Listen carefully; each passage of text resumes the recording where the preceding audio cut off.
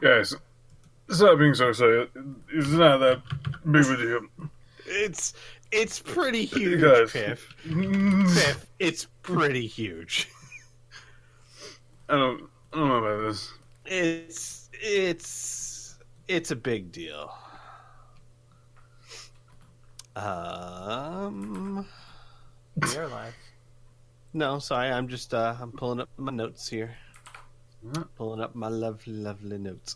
I actually spent a little bit of time at work today, planning this out. At my new job, which is going great. I have my own office with 3 monitors. I didn't know you didn't have an office. Dude, I was sitting in a room with 4 other people who did billing. Ooh, billing? Yeah, it wasn't fun. But not anymore. Not this guy. He says, pointing to himself with thumbs, not that anyone can see him. Anyway, hello everyone. Welcome back to 3 Galaxies. Welcome back, Piph. I'm sorry you were not feeling well last time, my friend. Good lord. I will tell you after the session about all this. Yeah. We have some catching up to do. Yeah.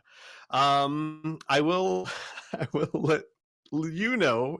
Lucas will know.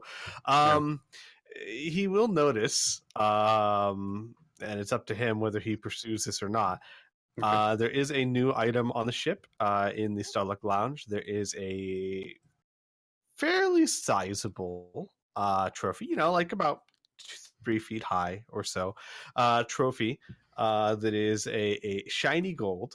And on the trophy is engraved into it the words, "Who even knows?" ?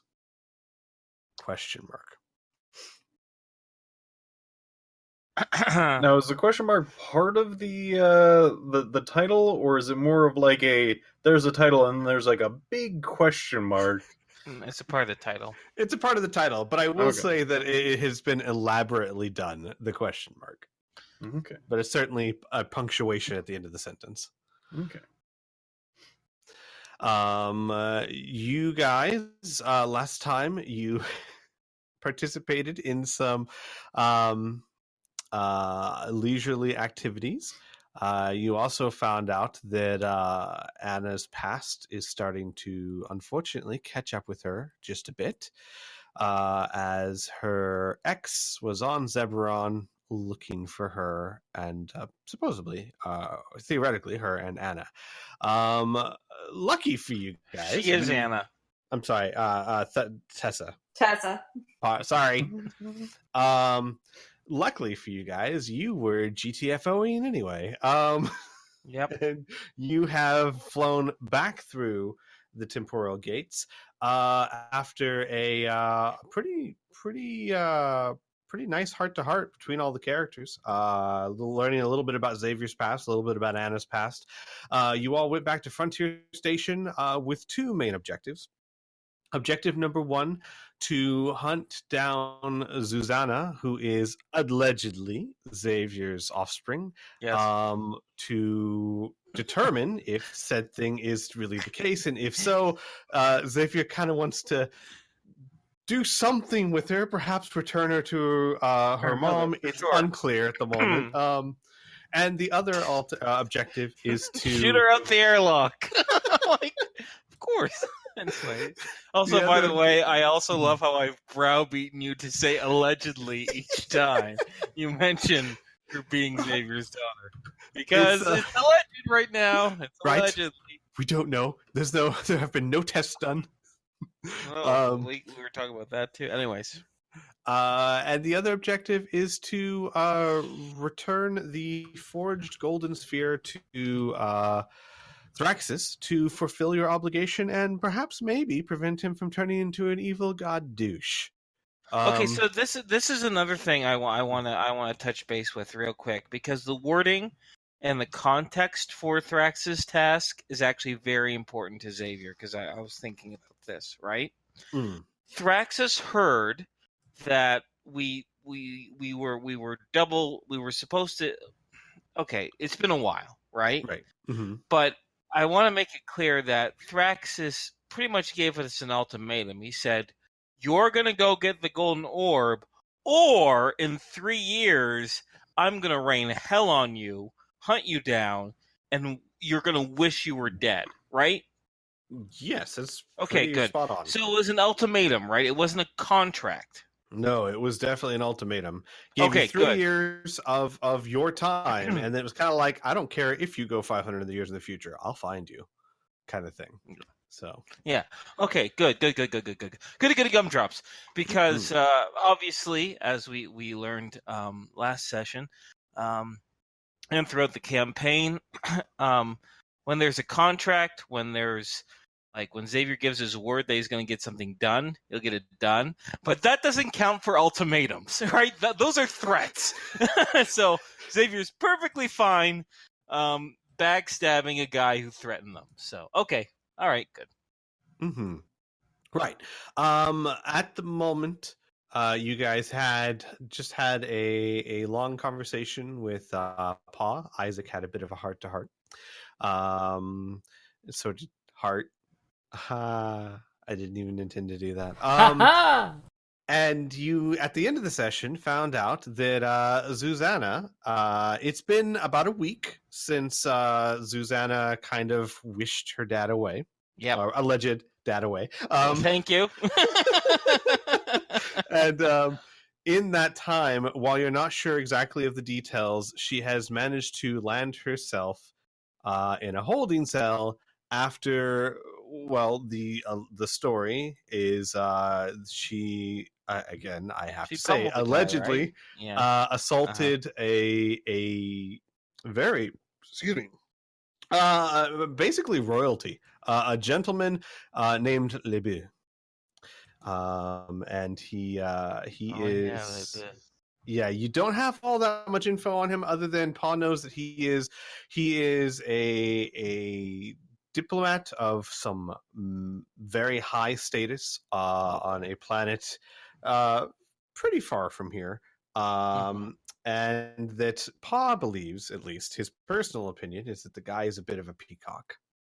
Got ya. So pretty much with this whole Zuzana situation, we have a couple options. One is to talk to this LeBeau guy and ask him to drop the charges, right? And is the other one that they're willing to release Zuzana into a guardian's care, which means Xavier would have to find out whether he's actually her dad or not? Unfortunately not. And actually I can get into that. Pa would say, so what's the situation?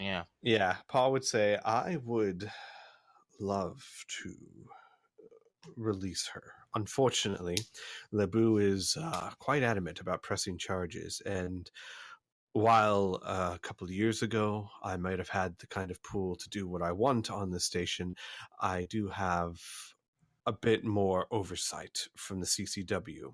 I can't simply let her go while charges are pending against her. Now, I can wiggle in the rules as much as possible, but it is a bit of a hard spot at the moment. Xavier nods and he says, okay, first and foremost, what's she charged with? And what's the possible, what's the worst that could happen? Eventually, like, is she going to be sent to court, to some CCW court? If she's found guilty, what's the punishment going to be? I mean, the girl isn't even quite 15 years old yet. She's a minor, so what's the situation here? What's the worst that could possibly happen if we just say, well, maybe she should learn a lesson?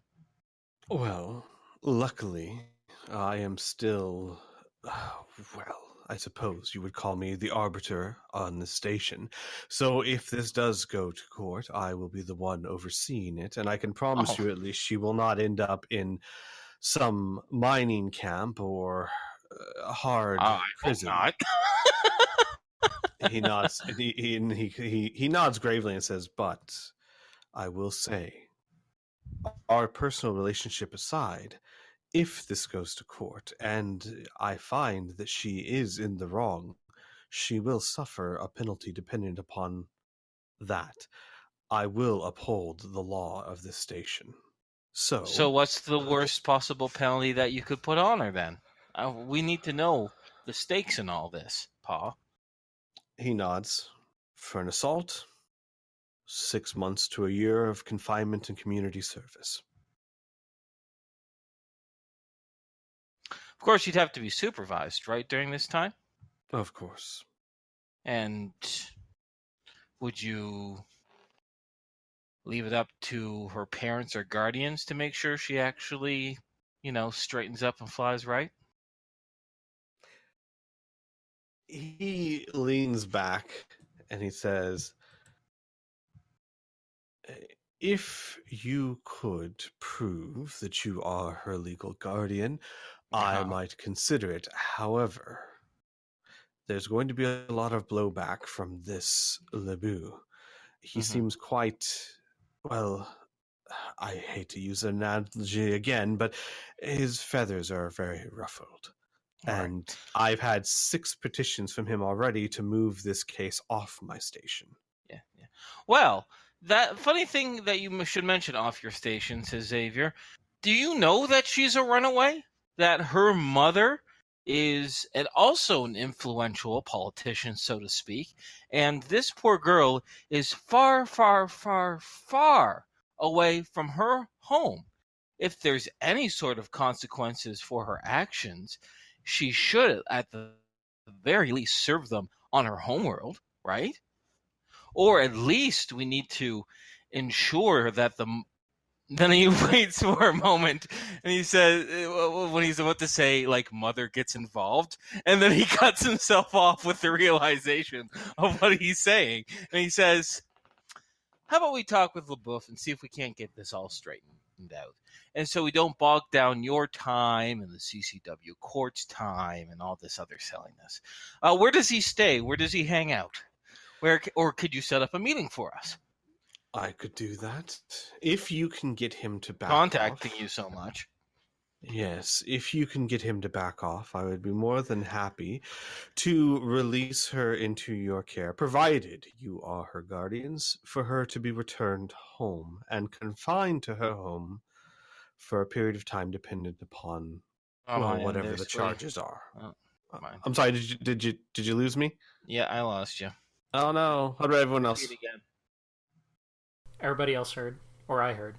All right. He just said that if you can prove that you're a legal guardian and you can get LeBeau to back off at least somewhat, he's more than happy to make a sentencing of, like, release her into your care under the conditions she goes home for a period of no less than 6 months. Okay, says Xavier. Great. Can you set up a meeting with LeBeau for us? Or at least let us know how we can contact them? It would be better if I simply send you to him. I'd rather be as hands-off as possible. Biases and all that. Uh-huh. And he will give you the address to one of the fancier hotels in Frontier Station. I didn't know Frontier Station had fancy hotels. He'll say, just go to the front desk, tell them that you are there to see LeBeau, and if they give you any trouble, tell them Paul sent you. I understand.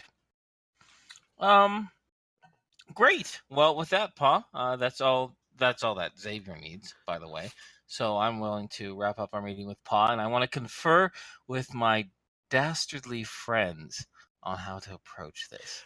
He would also, real quick, let you know if you want to go visit Zuzana, you are more than welcome to. She's down in the holding cells. Yeah, Xavier says. Great, wonderful. And Xavier will get the information, and he, just as a reminder from last session, he'll say, "Can you just give her a heads up before I show up that I'm back, so she doesn't have another emotional reaction?" I could do that if you want. I was just hoping Pa could, like, send a word to a guard and the guard could tell them or anything like that, because with all due respect, Isaac, I like you, and if she poofs you out of existence, I'm going to be very sad. Oh, but my guards are more expendable. Well, no, it's just that she won't have an emotional connection to the guard, so she won't like the news, but there'll be no reason for her to lash out. I'm sure I can pass word along. Great. Wonderful. Goody gumdrops, says Xavier. as well, why would he say goody goody gumdrops? That's just Inferno saying things. Anyways, I'm going to wrap up this meeting with Pa because I want to talk with the other players. The other players. I have a scheme in mind. Yes. Okay. Are we done with Pa? Can we say us done. as a party said, okay, thanks. We'll talk to you soon, type of thing. We're milling around like one of the foyers or vast bazillion hallways of Frontier Station. Mm-hmm. Okay. So Xavier will pause for a moment, and then he'll say, okay. First, he says, I'm going to need a volunteer. This volunteer is going to take some of my hair and saliva and whatnot and go over and request a similar sample from Zuzana, find a geneticist, and find out if I'm actually her dad or not. Isaac I don't want to know. his hand. I want this volunteer to know. I want this volunteer to find out, and just keep it to yourself unless I ask. Isaac is still holding his hand up and grinning. Okay, great. We have our volunteer. Second of all, I don't like going into negotiation, whether with a peacock or not knowing anything about LeBeau. Pa doesn't seem to give us a lot of information, which means one of two things. His new responsibility is making him a lot more cautious with us, or two, this guy just showed up and Pa really doesn't know anything. Regardless, it sure would be nice if we had something to blackmail this guy with or hang over his head, just to ensure that he lets my maybe daughter go. So, Xavier says, I guess, who wants to go on a little bit of an information gathering? We can crack into we can scan the Frontier records. We can do some actual good old-fashioned surveillance. We can ask people who know him. I mean, if this guy struts around in hotels, and I'm sure he goes to fancy restaurants and bars and whatnot, I'm sure he's probably crossed paths with that. And Xavier says, and third, what I think we should do is actually try to figure out exactly what happened between Zuzana and this LeBeau. Maybe find out where the incident occurred, other witnesses, see if we can't poke any holes in this story to see if he isn't exaggerating anything or something that we can say he's exaggerating. So, what do you guys think? I'm always down for surveillance. All right. We got our surveillance expert right there. Go ahead, Isaac. I should mention that we could probably have the Corsairs roll up a good biography on this guy. Wonderful. Are we still in contact with the Corsairs at all? We have our AEG on the ship. Fantastic. Good. All right.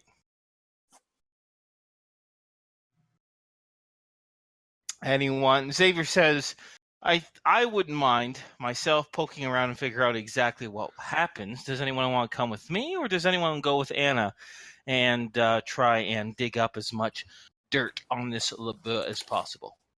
Someone needs to come with me since I don't know this place.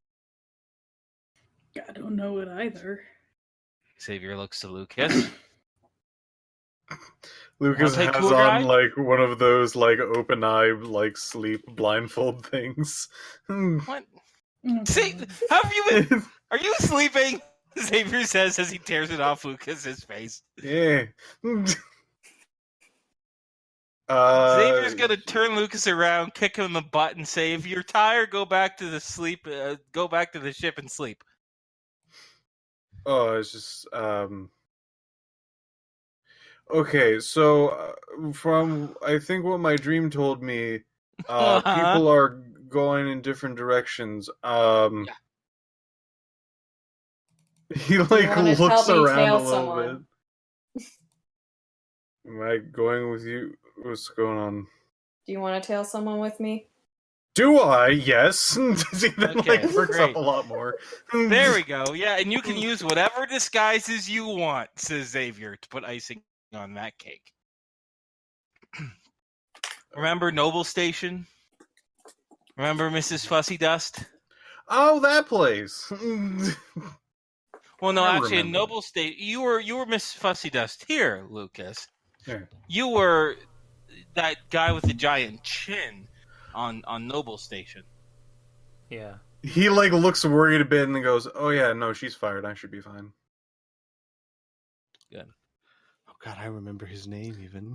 Mr. Bush, Yeah. Admiral Bush. Oh, yeah. No, yeah, it wasn't Yeah. Mr. Bush. It Colonel, was Admiral or Bush. something. Yeah, Admiral he was Bush, an yeah. admiral. Yeah. He had the tassels and everything. Okay, so wonderful. And so, kid, do you want to come with me and see if we can't piece together what happened between Zuzana and LeBeau? Or do you want to go with Anna and Lucas? It's whatever you prefer. Or if you have something else in mind, I am all ears. Lucas looks over. Is that guy who's like, what, illegally doing pirate stuff? Is he still there? The guy doing pirate stuff. Oh, shit! Oh, God, says Xavier. Yeah, the guy we set up with like his junk shop. I think Yeah. he's over on Noble Station though. He's far away from here. Remember that Snipe? Oh my God, Snipe! Yeah, I Snipe. completely Wow. forgot about Snipe. Yeah, are Jesus. we going to Noble Station or is that like a? No, we could, but I mean, we could. yeah, Snipe's set up on Noble. We're on Frontier right now. Ah, Yeah, we're I thought he was at the place where I was Senator Bush. Yeah, which Yeah, is He Noble. was. That was Yeah. Noble Station. and You that set him was up on Noble Noble- Station. Yeah. And I'm going there, right? Am I missing No. something? Oh my God! Are you okay? Wait, are you playing in character, Piph, or do you really not? I will tell going you, on? maybe this is where the confusion's coming from. That's where LeBeau is from. Maybe that's where the confusion's coming in. Oh, I didn't know. Yeah. He's a well. All Pa knows is he is some high to do from Noble Station, which kind of fits in, considering how well Senator Admiral Bush fit in over there. That can give you Jesus some. Christ. If this LeBeau guy is actually just Snipe, I swear. Oh, that's impossible. Yeah, he was human. Sniper's a wolven. Oh, damn. There you go. Conspiracy theory. That would have been Dash. funny.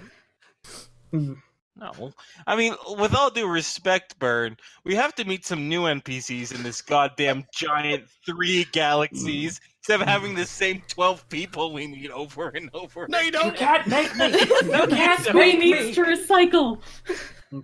Fuck recycling. Anyway, I want to consume Just new Burn. goods, motherfuckers. All right, so we But have what about the environment? Oh my god. It's a made up environment. It doesn't exist. There's no emissions coming out of Imagination Land, okay? It's because Anyway. you guys don't leave trails of destruction wherever you go. Of course We not. don't murder people. All right. Anyways, I'm willing to move forward then. We we have to find out what Kid wants to do. Yes, Kit'll, kid. yeah, Kid will just go with you. Okay. Great. Wonderful, wonderful, wonderful. So, who do you want to start off, Squee? Well, I'll ask this way because I can do any of it. Is there anyone that's just burning to go first? That's Burn. No! In fact, I'm gonna use the bathroom. Bye! Okay, well then you know what? So then not I Burn. volunteer. I want to go first. Sure. Okay. You and Kid are headed towards the hotel where LeBeau is, right? Well, more Well- specifically, I like to think that maybe we would have asked Paul where the incident took place. Or we're headed to that place. Okay. Sure. It took place at a local dive, a dance bar. A dance bar. A dance bar is Okay. not a thing. A dance club. Okay. Hang on a second. Let me look at my notes here. All right. It's a dance club called Viso. And you've been on Frontier Station before. Viso. You know Viso. Viso is it's not the seediest bar on the station, but it's certainly not where you would take a nice girl or a guy for a good time. It is about it is famous for its dancers and its cheap alcohol. Which means, and this incident happened inside of ISO. Yes, it happened inside of ISO. So on the way over there, Xavier will confide the kid, and he says, "Well, now this is going to be very interesting. We already have one thing on our in our pocket when we come to talking with folks, especially employees. Zuzana is not of drinking age, so the very fact that they let her in could get them in some serious hot water." Okay, now when did this incident happen? Was it 4 days ago, 5 days ago? What time? Just so I know what to ask around for. Right. It was actually 2 days ago. It was 2 days ago. Yeah, she's been in the holding cell for 2 days. Okay, and then what time did the incident occur? Around 9 p.m. standard time. Okay, standard galactic time. Yeah. Galactic Standard Time, GST. Yeah. Pluto time. Yeah, no. So about 9 p.m. Dwarf Planet Time. Okay, cool. All right, so yeah, we head over to, I was going to call it Viceroy, but it's just called Viso. Viso, correct. Viso. Okay. VISO. We're going to. Okay. I want to see if there's any front security bouncers or anything to Viso first. That's so at the moment, I mean, right now it's considered middle of the day. It's like 2 p.m. So while Viso is not technically open for business at the moment, but there are people there. Good, perfect. Yeah. So there's no one at the door. The doors are open, and you know this well enough. Frontier Station. A lot of the clubs they are open during the day. Usually the cleaning crews there. There's they're not open for business, quote unquote. But it's also not such a dangerous station that they devote enormous amounts of security to keeping people out. All right. And heads up, by the way, Squee, on the way over there, I'm also going to use my cybernetic disguise to change my face. Okay. Into that of, and I don't know if you would have remembered or not, but I once masqueraded as a CCW detective, a blonde-haired, sharp-featured fellow. I'm going to try to put my face into that again. Oh, sure. Absolutely. We're not talking about the No, it's not one of it's not one of my 6 presets faces. Got it. Okay, this is a new face, for lack of a better word, because I'm not gonna have you be one of my preset faces now. Got it. Okay. So blonde hair, sharp nose, kind of angular face. Yeah. Got it. Okay. All right. So is just you and Kid for now? Mm-hmm. Okay. Oh, real quick. So there's mention of like drinking age and stuff. Is there like a card system, like IDs or something that people are supposed to give? Well, how does it work? Both of you roll me galactic lore. Okay. I don't have galactic lore. Well, then, Kid. I'm gonna fail. Fail. You don't know, and that's odd because this is generally Xavier's. He has experience in this area, but you're not really sure on Frontier Station. Xavier, maybe just at the time you've been through a lot. It's you can't think of it at the moment. You don't remember what the policy is at the moment. Of all things to forget. Xavier just says, "I've never been asked when I went through." He says, "I've drunk here all the time. No one's asked me if I'm allowed to drink here." I never had to worry about it. Oh, this is going to be interesting. Okay. All right. So okay. So yeah. Xavier in his new face is gonna head up towards whoever's at the door. Okay. The doors are actually open. There's no one at the doors in particular. You can see inside. The house lights are on, giving it a very normal look as opposed to the usual blue and red neons that are typically shining through the club. It's just straight up white house lights. You see several people cleaning benches and mopping the floor and refilling alcohol racks and things of that nature. But there's really no one at the door. Okay. Xavier's going to be polite and he's going to knock at the door. You'll hear a voice from behind the bar. We're closed. Come back in about 6 hours. Not here for business. Just doing a follow-up, some follow-up questions on an incident that happened here a couple days ago. We were sent by Paul. Yeah, that. And you see, like, coming up from behind the bar, a woman probably in her middle years, human-ish. However, I say ish. However, she has short blonde hair and very, very long ears, like not pointed, just like the earlobes drop down on her shoulders, almost like pigtails would. Yeah.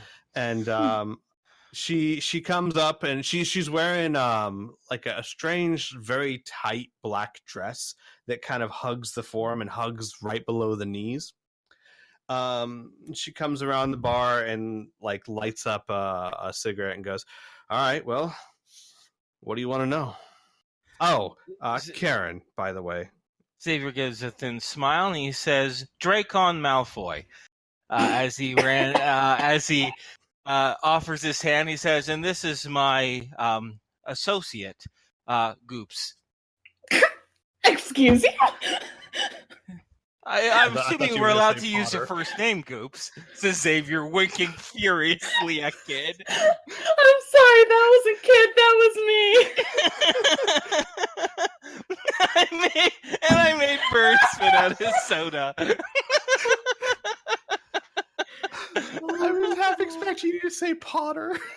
No, I'm not going to completely rip off another universe for my fake name. Goops. Got it. Oh my god. Yeah, goes, Kid just frowns at that but doesn't say anything. As he shakes his hand. But it's very good to meet you, Karen. Were you working a couple nights ago? Yeah. Working the bar, actually. Yeah. The reason why we've come in and asked was this situation with LeBeau, due to his connections, is a delicate political situation, and apparently this brat's parents are coming on to Frontier Station to help kind of smooth things out. So Paul sent me and my associate here, Goops, sorry, I'm just going to use that word as much as I can. Sorry, Xavier continues. He sent us here just to make sure exactly what happened is, on the record and, second source verified. So appreciate for letting us talk with you with your, now that you're closed, but I at least can get your full attention now that you don't have to worry about serving so many folks. What's your role here, Karen? Oh, I'm the owner. She says, kind of motioning around her with her hands and the little cigarette leaving a smoke trail. She goes, "Built this place myself. Well, the inside of it 10 years ago." I see. So I don't want to lead on with any questions. Why don't you just tell me, in your own words, what happened, and try to remember every detail that you can. Xavier pauses for a moment, and he brings up his holo computer, and he says, "Is it all right if I record this just for posterity? I'll need your permission, of course." Oh, well, sweetheart, if you don't mind my language, you can record whatever you like. Not a worry. This is going to be a trial based on assault, not the colorful language that your lovely self is using. Xavier gives a bit of a smile. Okay, and he's going to press record whenever you're ready. Well, as I said, I'm the owner of this establishment, and that, how do you serious type say it, night in question? Well, the girl, of course, is who I'm referring to. I don't know her name. Sweet little thing, pretty, young, but carried herself well. Had been in here one night before. Didn't really drink much, just kind of looked around. But came in this time on the arm of that LeBeau.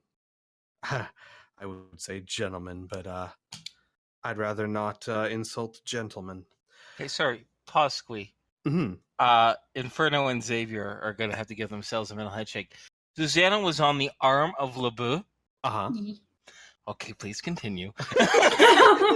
If Xavier really is the daddy, he's gonna beat this bastard up. Okay, please continue. What is she doing? Cavorting with a stranger? Screamed Xavier in his brain. Have I taught her nothing? Oh wait, I have taught her technically. nothing. Shit.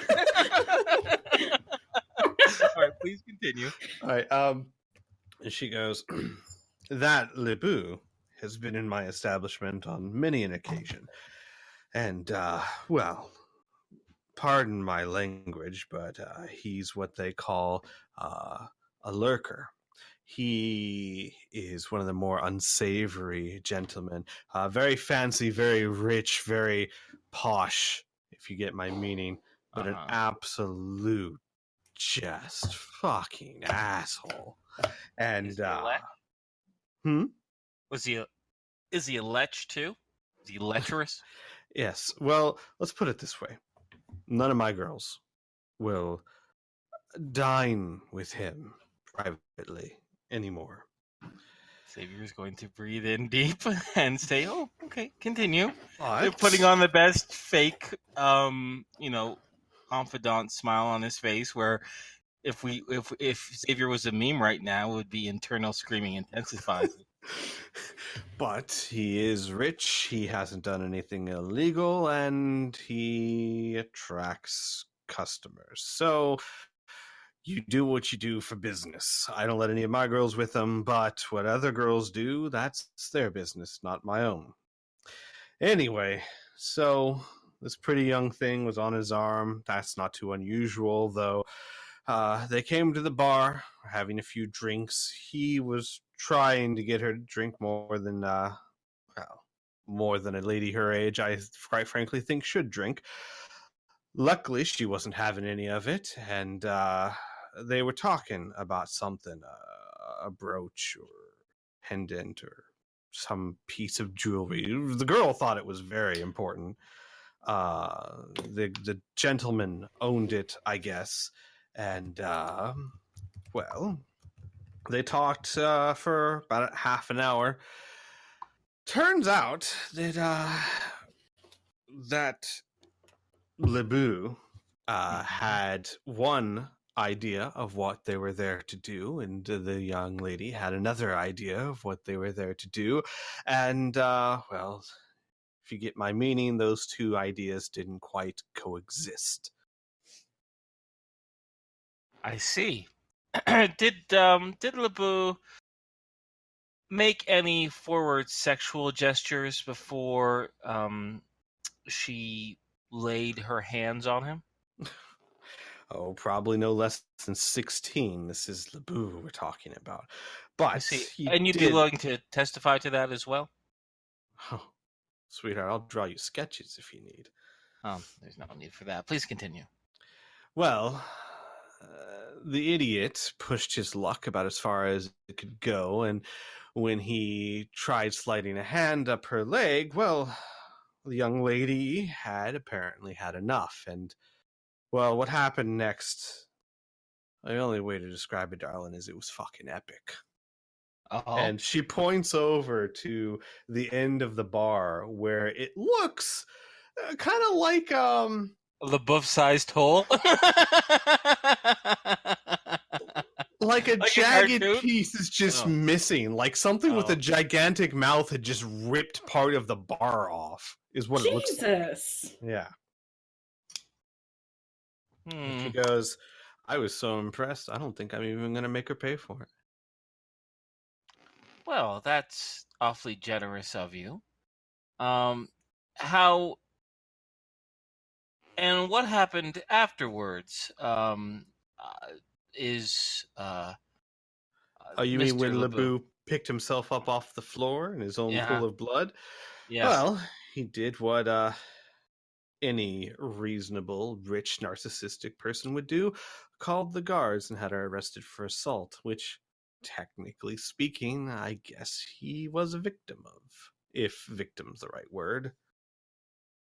Indeed. Well, this has been very illuminating. I'll be sure to. Is there anything else you want to add to this before we finish up here? Yeah. Mm-hmm. If you do see that girl, Mm-hmm. and she manages to get through this okay, tell her next time she comes, drinks are on me. Well, says Xavier with a thin smile, I will be interviewing the young miss herself, as well as Mr. LeBeau. But I'll pass on your gratifications, but I don't think you're going to want her in here, he says. She's underage.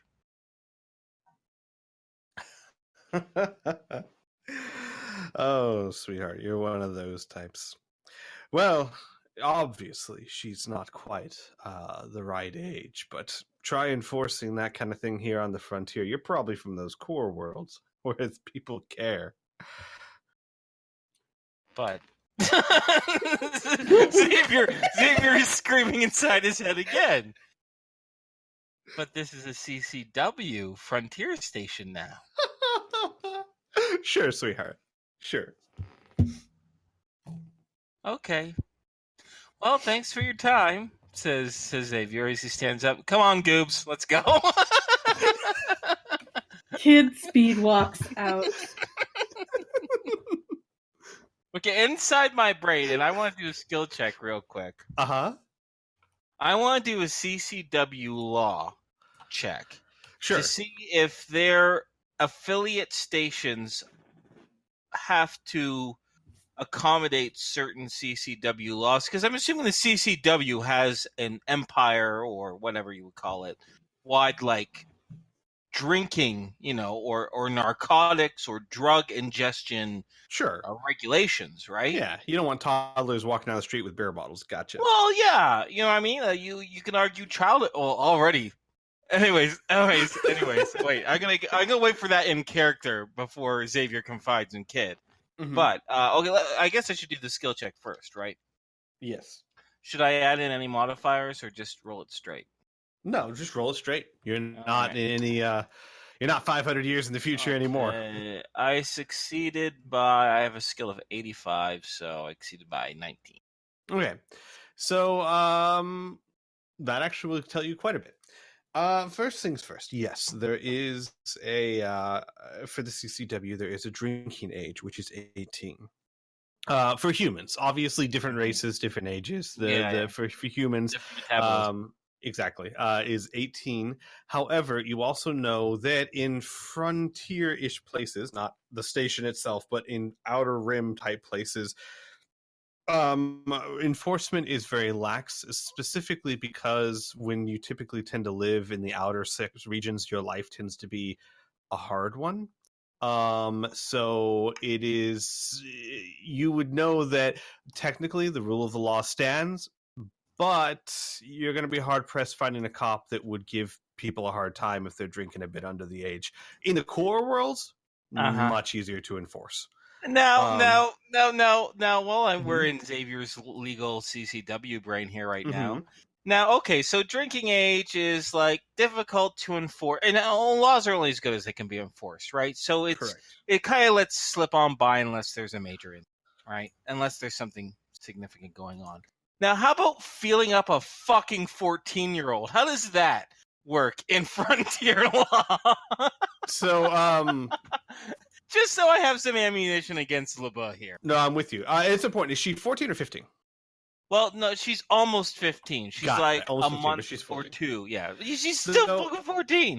The tricky thing with that, and not as tricky because luckily she's not like 16 or 17. But the tricky thing with that is dependent upon individual planets. The CCW, it's one of those things the CCW doesn't want to touch themselves, so they leave that to local governments. So every planet can have a different age. Up to paw.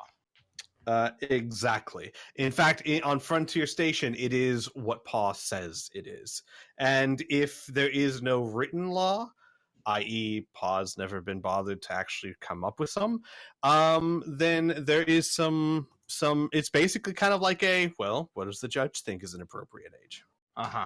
Okay. Xavier says, all right. I'm sorry. Okay, I say to Squee. As Xavier, once we're far clear of the dance club, he'll turn over to Kid and he'll say, whether this kid is my daughter or not, the very fact that this perverted lech would...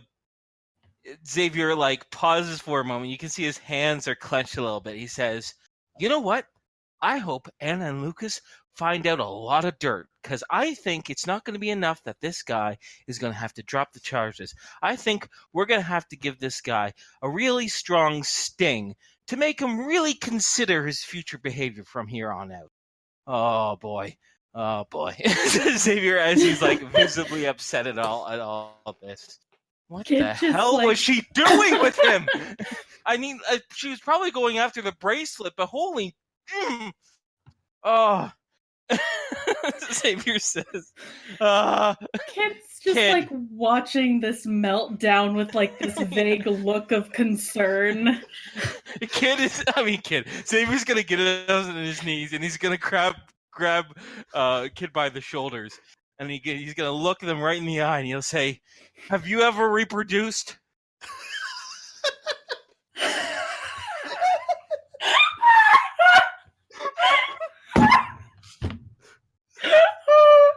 Okay.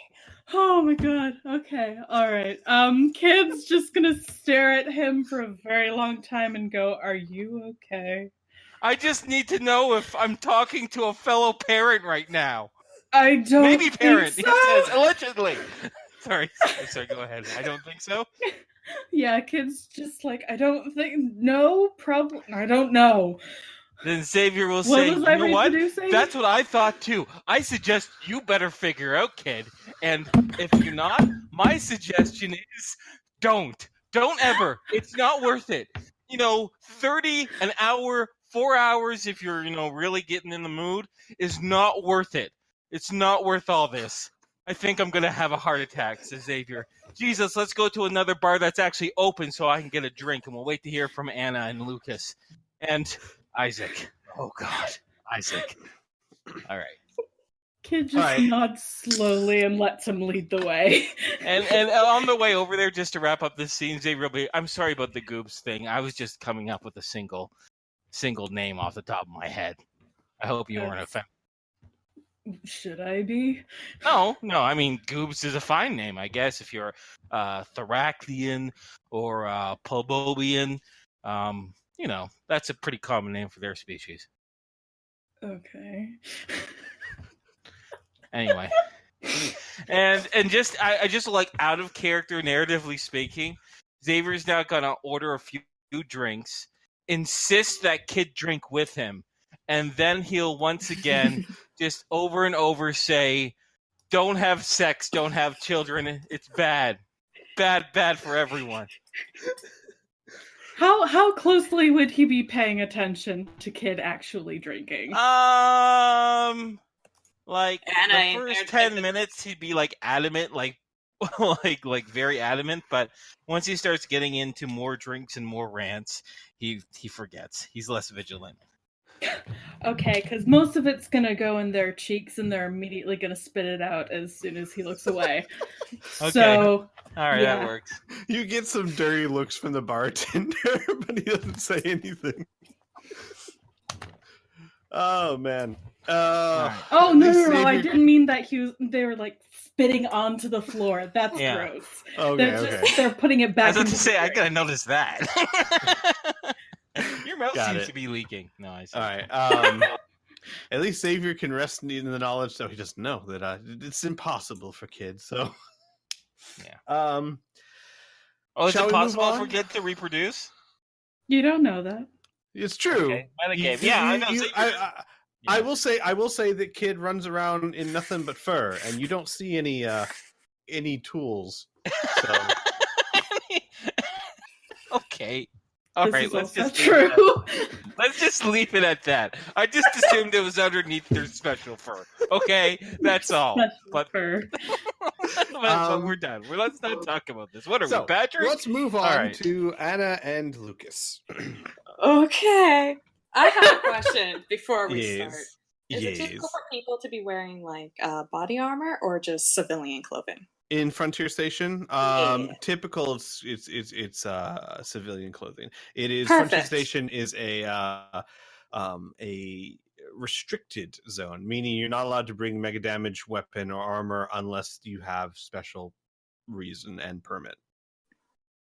I am mega damage weapon, so Yeah, well, that's different. that's different. Anyway. Okay, sweet. So I can wear the boots. Got it. Mhm. Might actually get to use them. Yay. All right, so how do you and Lucas want to go about digging up dirt on LeBeau? I guess we should go to the hotel that he's supposedly at and start from there. Sure. And how you already mentioned you want to wear the boots. How else? What do you guys, Lucas? How are you going? Anna, what are you dressing up as? What's the plan here? Anna would probably just be wearing her normal clothes. Nobody knows they're here. Doesn't matter. Got it. So boots and armor jacket, jeans, and tank top. All right, Lucas.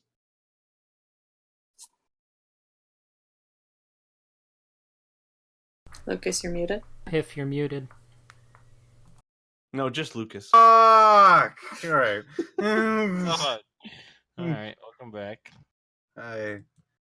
So, I'm assuming that Lucas's normal garb would be too much that he could be pointed out in the crowd in other places. So I think Lucas might actually start out with a good old 50s style class nerd. Oh gosh, you mean like the one that one-shotted the Wolven? Yeah. All right. Okay. So you guys arrive at the hotel. The hotel itself is it's just a bit of a weird. It's called Book Hotel. Book with just two O's, just like BOOK hotel. However, despite its simplistic sounding name, it is very fancy. We're talking like a Ritz here. You go into the back end of Frontier Station, where it is nothing but living quarters, and the Book Hotel is all the way at the end. There is red carpet that actually leads up to it. The front of it that goes into the back station wall is at least has the appearance of being pure gold. And there are two people standing at the door, dressed in the very traditional type of bellhop, the red jacket, the bellhop cap, and they're standing straight at attention. And when you come up, they open the door and they say, "Good day, madam, sir," and they open the door for you. Thank you. And when you go inside, you see that there is a lovely marble fountain. It is 4-layered, so a layer, water falls onto one layer, onto another layer, each one progressively bigger and more spread out.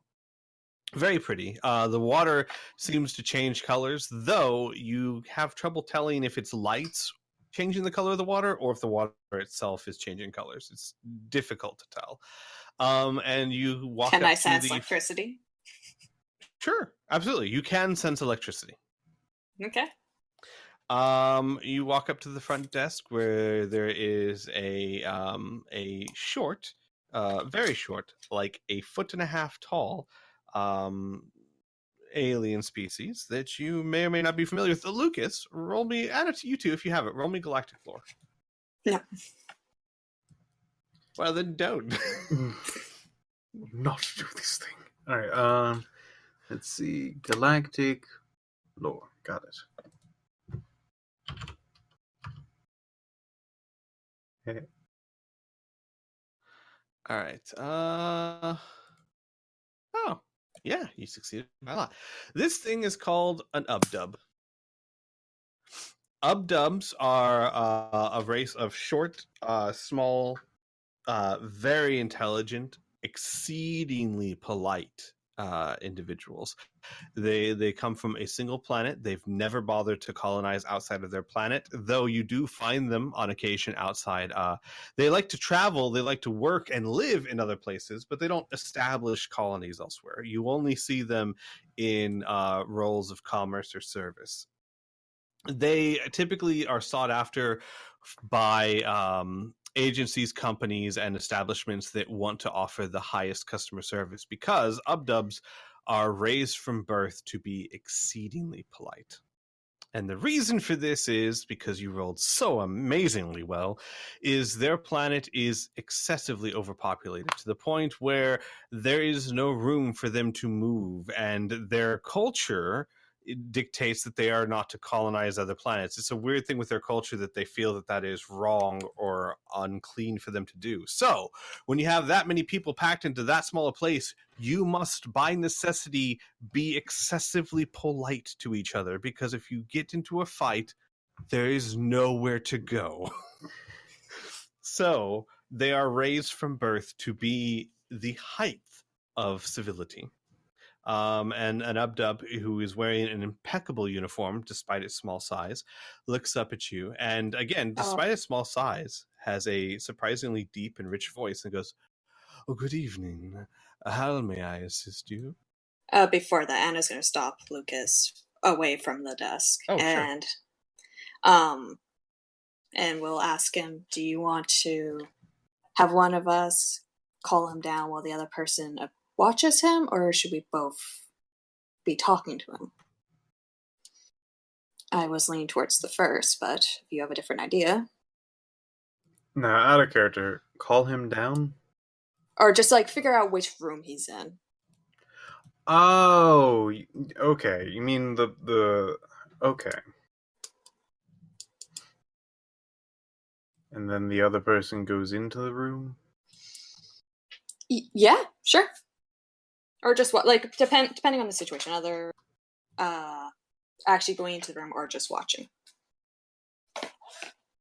But because I technically do have the ability to break into the room, so.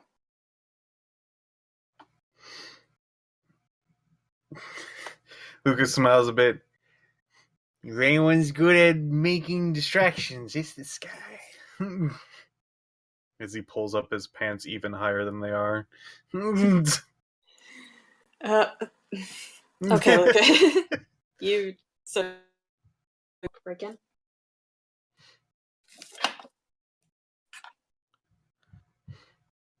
All right. Sorry, you kind of cut out there at the last second, Anna. What did you say? So you're a distraction and I'll break into the room? Yeah. Okay. Just make sure they say the room number very loudly.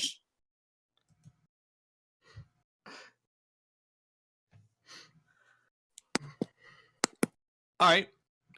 So I should ask this way: who's approaching the front desk?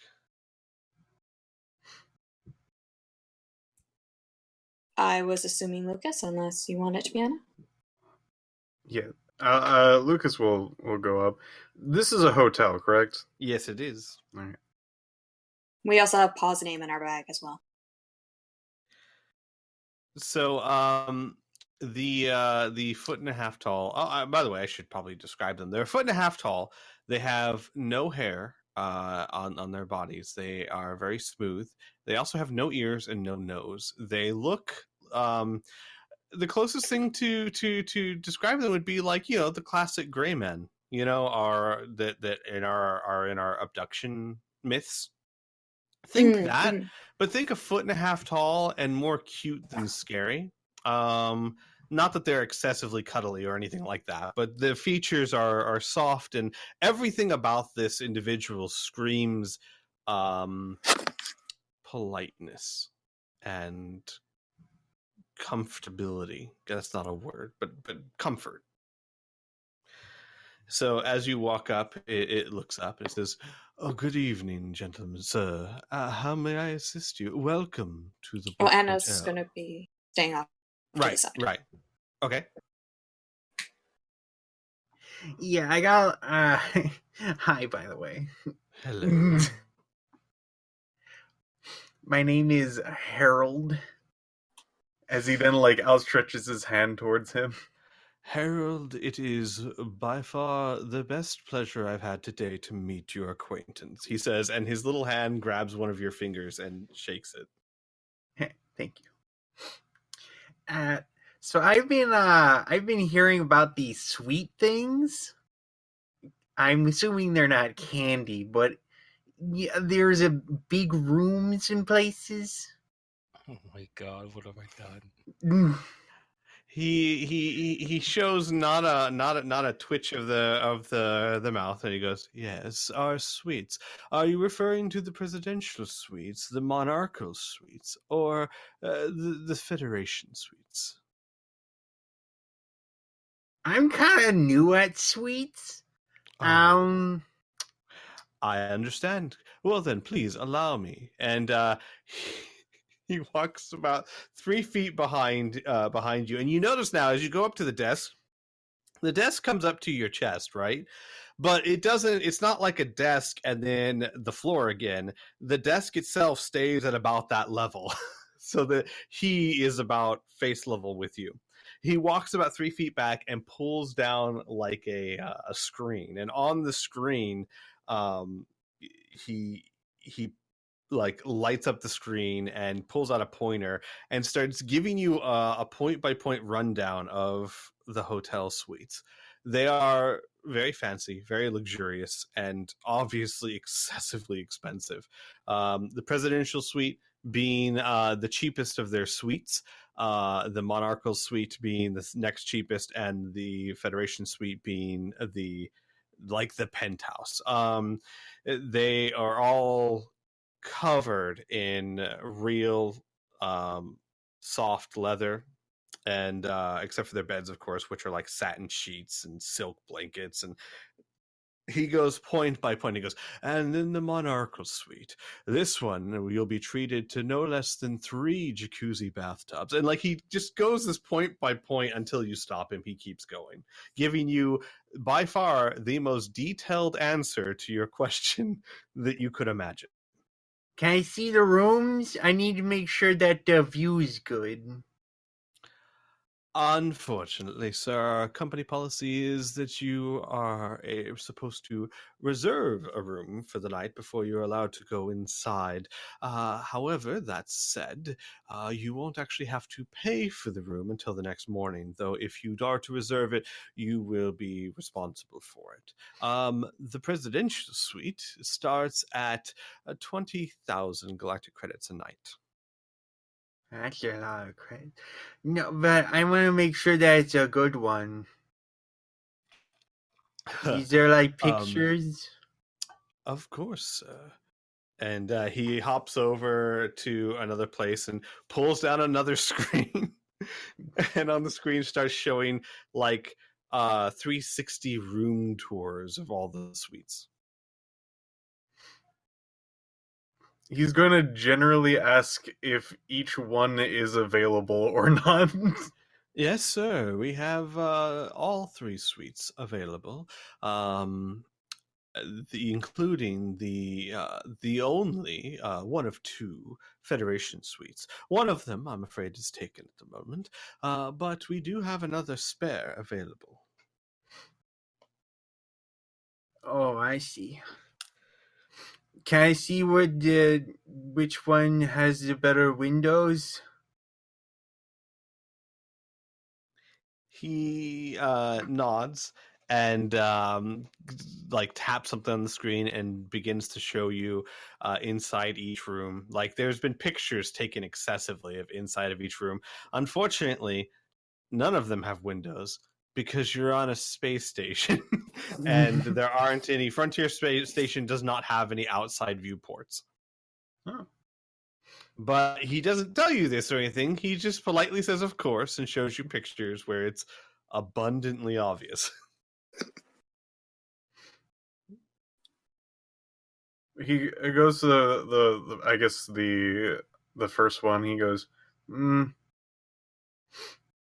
so is this the one that's taken? Yeah, this is one of our Federation suites. We have a visiting dignitary. Oh. Can you tell him that I want that one?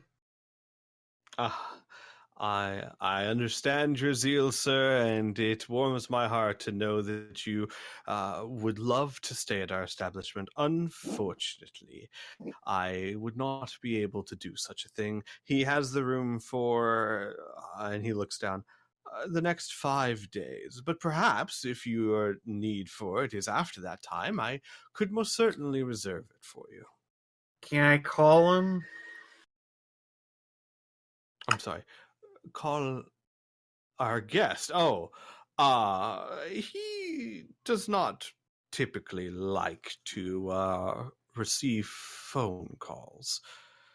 Oh. I will, of course, if you ask, I will ask him myself. And he kind of hesitates and he goes, so that I'm clear, you would like me to contact him and ask him if you could have his suite. I'm quite certain, sir, he will say no. There's another suite. He can switch them. Yes, that is certainly physically possible. Incredibly unlikely, though. Might I suggest that you take that suite, sir? They are identical, after all. I want that one.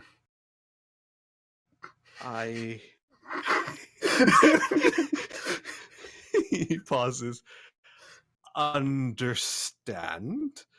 Unfortunately, as I have explained, I just do not think that is possible, sir.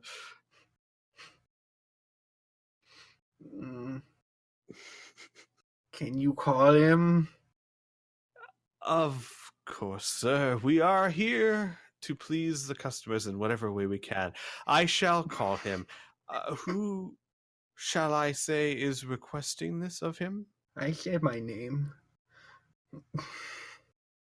I am terribly sorry, sir. In all of this, I must have forgotten it. Do you have a title, perhaps? Might I suggest a title, sir? It will help. Mr. Henrold. Mr. Henrold. Very well. He walks over to a phone, picks it up. Yes. Lucas is actually going to look over and make sure that he checks the number that he's typing in.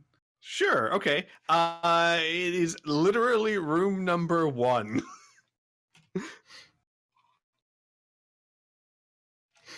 He picks up the phone. Excuse me, I am terribly sorry to bother you at this hour, sir. Yes, I understand, sir. I had a gentleman here. No, sir, he was is a very nice gentleman. Mr. Yes, I understand, sir. He wanted to request that you move to the other suite, the Federation suite, so that he may have that one. Very good, sir. Thank you. Picks up, puts down the phone. I believe that would be a no, sir.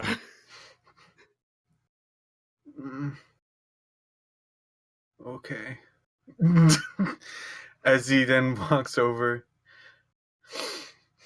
he starts walking out of the building. Mm-hmm. Can a guy get the best room number 1, they said, and I can't even have it. Can you believe that? As he turns to Anna, can you believe that number 1 is not allowed? Oh, sure, sir, Yeah. sure. Mm-hmm. Welcome to Lucas, Anna. He's all yours. He starts walking out, but he starts actually just circling the fountain a bit, just going, ooh. Anna, you see at the desk, whenever Lucas is not looking, the little Ubdub has his face in his hand. Oh, poor dude. All right, so Lucas is gonna wander around the fountain. Anna, what are you doing? Thinking. Anna exec is working. Please wait.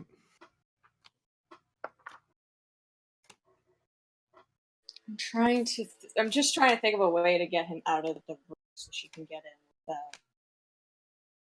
Oh. Well, if you would like, because this happened only honestly a few minutes ago, Pa did say that he would arrange for you to speak to him. Okay. Do I have a way to contact Pa? In person, Pa's Okay. not exactly the kind of guy you can reach by His phone. secretary. Oh yeah, his admin assistant there. Yeah, Darius. You pretty much just have to go talk to them. They're kind of Damn it. people. I just want someone to. I just want someone to call him. Where I'm thinking right now. I understand where you're going with it. Yeah. Unfortunately, Pa is very much a hands-on kind of person. You want to talk to Pa, you go talk to Pa. Oh, okay. Or he comes to you, and you hope he's not coming to you. Okay, you know what? I actually have an idea. Sure. She is going to go up to the desk and go, "Hello, I am Maribel, and I would like to..." Shut up. Hey, dude, you know what my name was? Draco Malfoy. Good evening, madam. I believe there is a guest at your hotel that I need to speak to about some legal case going on at the moment. His eyebrow raises. A Mr. LeBeau? Oh my, the dignitary. I hope everything is okay. Oh yes, I just need to ask him a few questions. And, is he here at the moment? Pa did. Yes, I did have a memo as to such a thing. I did not expect such an elegant visitor, but wearing jeans. Yeah, I know, right? I can certainly Being a passive aggressive dick. I know, Inferno. Oh, sorry. I can certainly let Mr. LeBeau know that you're here. Is there a place I can speak to him within the hotel outside of his room? Oh, you mean in solitude? Yes. Certainly, there are several observation decks. I can ensure that one of them is clear for your it's investigation, I suppose, would be the right word. Absolutely. Shall I instruct Mr. LeBeau to meet you there? Yes, please. Very well. I will endeavor to do so. One moment, please. He'll march back over to the phone, dial a 1. Excuse me, sir. Yes, I'm sorry. Excuse me, Your Majesty. I'm sorry to bother you again, but there is a madam here to see you about the earlier incident. Unfortunately, sir, I am not privy to your private life, nor do I have any desire to be. I am simply told that she was sent by Pa. Yes. Okay, of course. And he's like holding the phone out like away from his face. Of course, sir. If you would please meet her on observation platform 6. Yes. She'll be impeccably dressed, sir. Thank you. And he'll pull up the phone. And he'll go back to you and he'll say, he will meet you on observation platform 6. Thank you. It's easy to find, I assume? Yes. Just simply take the elevator up. When you hit the floor that says observation platform, simply exit and go down the row of numbers until you come to number 6. Thank you. And she'll head over to the elevators. And not go to observation floor. Dun, dun, dun. Okay. Where you headed? The floor below the room 1 is probably on. Okay. So that would be the monarchical suites. You get out of the elevator. The hallways are actually made out of some form of polished wood. Very unusual to find on space stations. Entire hallways, floors, roofs, and doorways made out of polished wood of some kind. More importantly, the wood is of a beautiful pattern. So it's very aged wood, and it's not mahogany. It's probably a solid oak. I'd say a solid oak. So you get out and you find that it's fairly small, all things considered. The hallway is. There's 4 doors leading to 4 separate suites. Okay. Is there a stairway up to the top floor? Yes, there are like a emergency stairway. Is it alarmed at all or no? No. It's just stairs that can be used, for people that like to exercise or the elevator's not working. It's normal stairs. Okay. Then she's gonna go up those and then listen at the door up there and see if she can hear him exit at all. Okay. Sure, roll me a D100. Okay. 85. Okay. Yes, so you listen at the door for a bit, and then after a while you hear a door open. You hear, "I know, Mother, but I told them that it was supposed to happen back on Noble Station. What am I supposed to do if that ruffian won't let her go?" I will. I'm going to go talk to one of the inspectors now. Maybe I can get something done with that hussy. And you hear the voice trailing off, and then you hear an elevator door close. Okay. Then she is going to exit and go and listen at the door to see if she can hear any movement or people inside of it. All right. Okay. Sure. I'm trying to think what skill you would use for that. There's not really a listen skill. Do you want to use surveillance systems? Not really. There's no cameras. Well, because it also includes tailing, so how much that would. Yeah. I would just say, just roll me a straight D100. I'll have a modifier in mind. Okay. 54. Okay. You don't hear anything. Okay, gonna take the risk and try picking the door. Okay. What kind of lockpick skill do you have? I have pick locks. Okay. These are electronic locks, so that skill does not particularly work. However, I do believe you have some affinity with electronics. Yes, can we do the same thing we did on the vault and just do manipulate electricity with the lockpick? Yes. With the lockpick, yes, we can. So go ahead and roll a lockpicking check with a -30. So make it harder by 30. Sorry. Okay. Because it is an excessively difficult lock. And unfortunately, security on these suites is tip-top.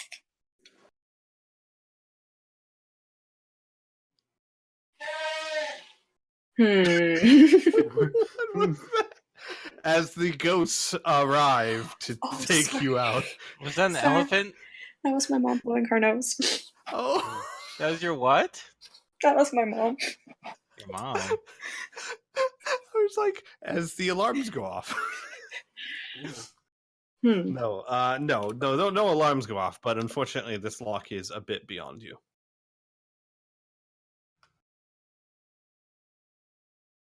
Well, time to go talk to him.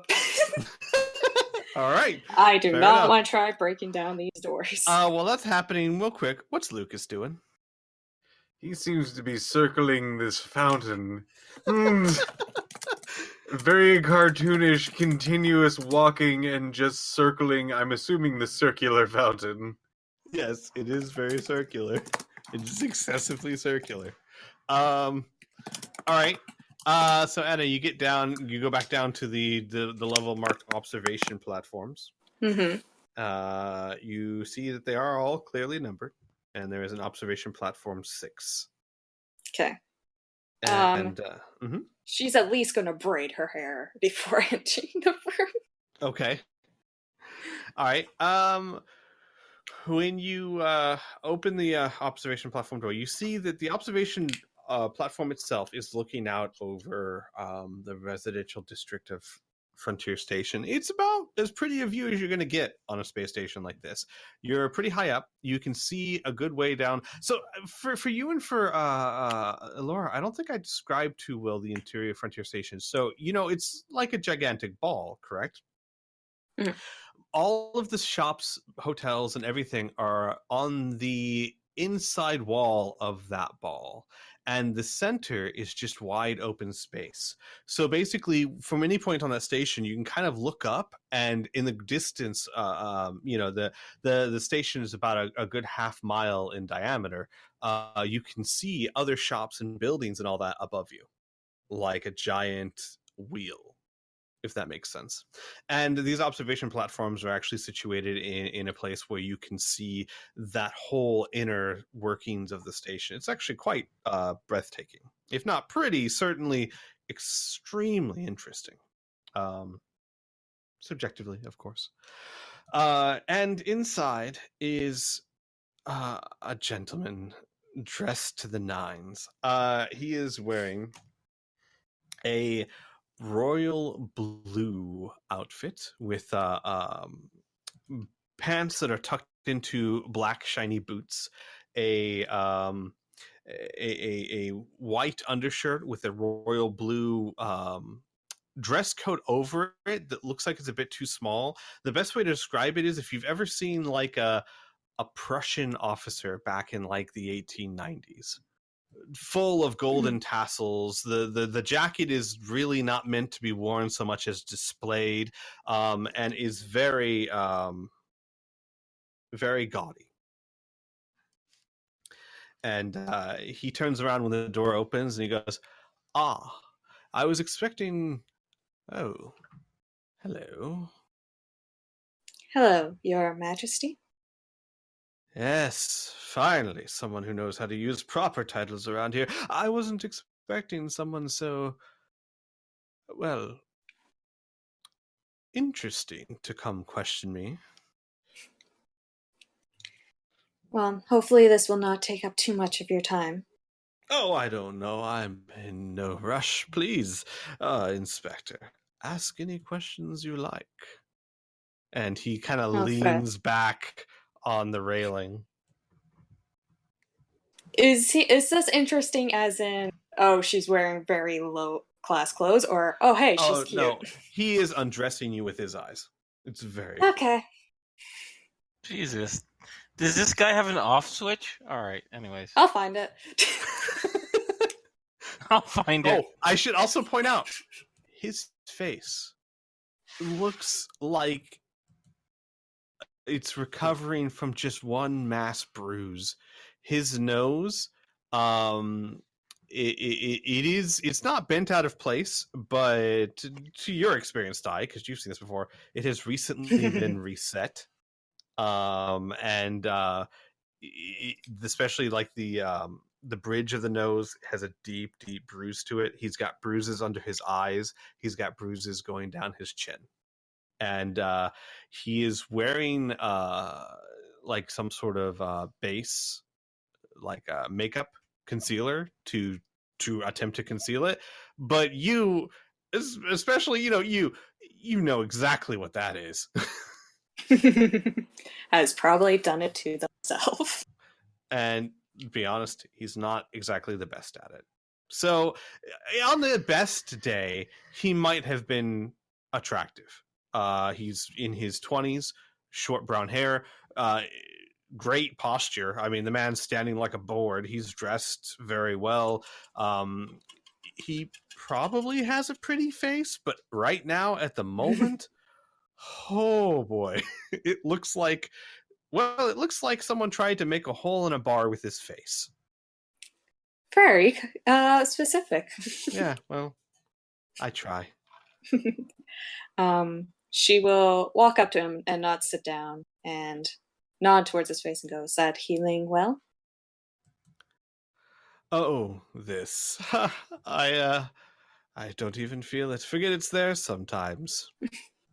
With the things that we have to deal with back on my planet, this is mere child's play. He says, like, touching his cheek to point it, and then he kind of like winces and tries to cover it. Well, I'm going to need you to remember it exists today. And she's going to eye the table but not sit down. Okay. Does he make any move to sit down or no? Mm-mm. He's still leaning up against the bar. He crosses his legs. Okay. Then she is just going to put her hands on her hips and go, "What exactly happened that night?" Finally, someone who wants my side of the story. As I tried to tell that administrator, whatever he wants to call himself, the walking carpet that runs this place, I'm sorry, did you sneeze? Continue. Right. Well, I am here on official business for my family to do negotiations on behalf of Noble Station. Here under diplomatic immunity, I might add, when that trollop contacted me and wanted to purchase an item from my family, a rather important item, I might add, which you might want to put this down. I don't know how she even knows we had it, but she contacted me wanting to purchase it. Naturally, I wasn't interested at all until I saw her. Then I decided it might be worth it to at least talk to her. I am here to be diplomatic after all. So I offered on my own dime to take her to that trashy little club that I assume girls like that like. And, well, we talked about it. Unfortunately, we couldn't come to an agreement. It is a family heirloom, after all. And I tried to tell her that and offered her reconciliation. And, well, when I told her that, she brutally and viciously attacked me. That was what initiated the assault? Of course. She wanted the bracelet for the family. I told her that unfortunately that was not possible, and, well, you know how those people are. Those people? Yes, you know, the poor, the ruffians, the swindlers, the scam artists. I assume that's what she was. Tries to use their body. She was all over me. Mm-hmm.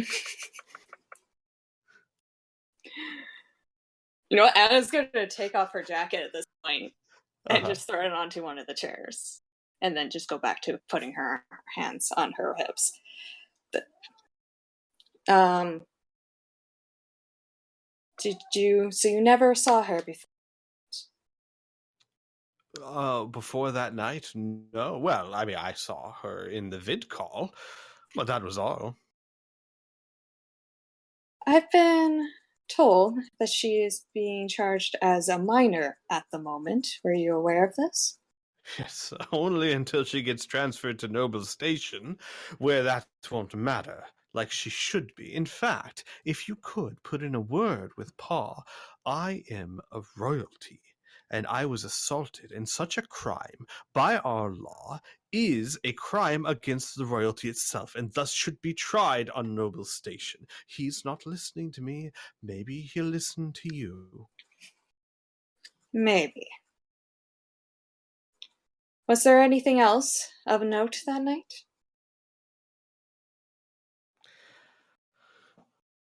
He looks at you. No, but if it gets you to stay a little longer, I could come up with something. Buy me a drink and maybe I will stay. His face grins. And he presses a button on one of the observation deck and goes, room service, 2 drinks. The most expensive you have, he says while looking straight at you like he thinks this is impressive. Just a small smile, nothing more. Okay. Real quick, Lucas still walking around the fountain. I think after a bit he'll stop and start he just loudly go, "How did you do that?" And then start just arm deep in the water. Sir, please don't drown. That's all you hear from the desk.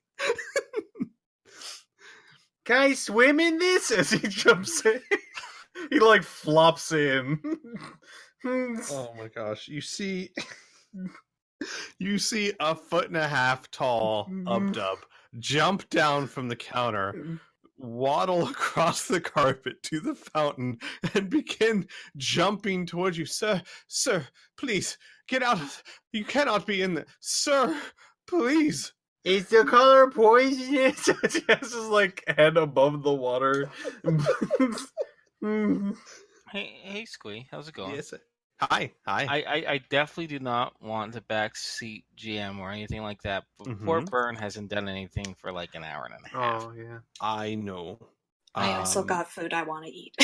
Sure, I'm more than willing to move on to something else. To be fair, all I was going to suggest, Anna's just going to start asking him, just kind of being so you, what rank are you? And just doing, fluffy questions to get him talking about himself.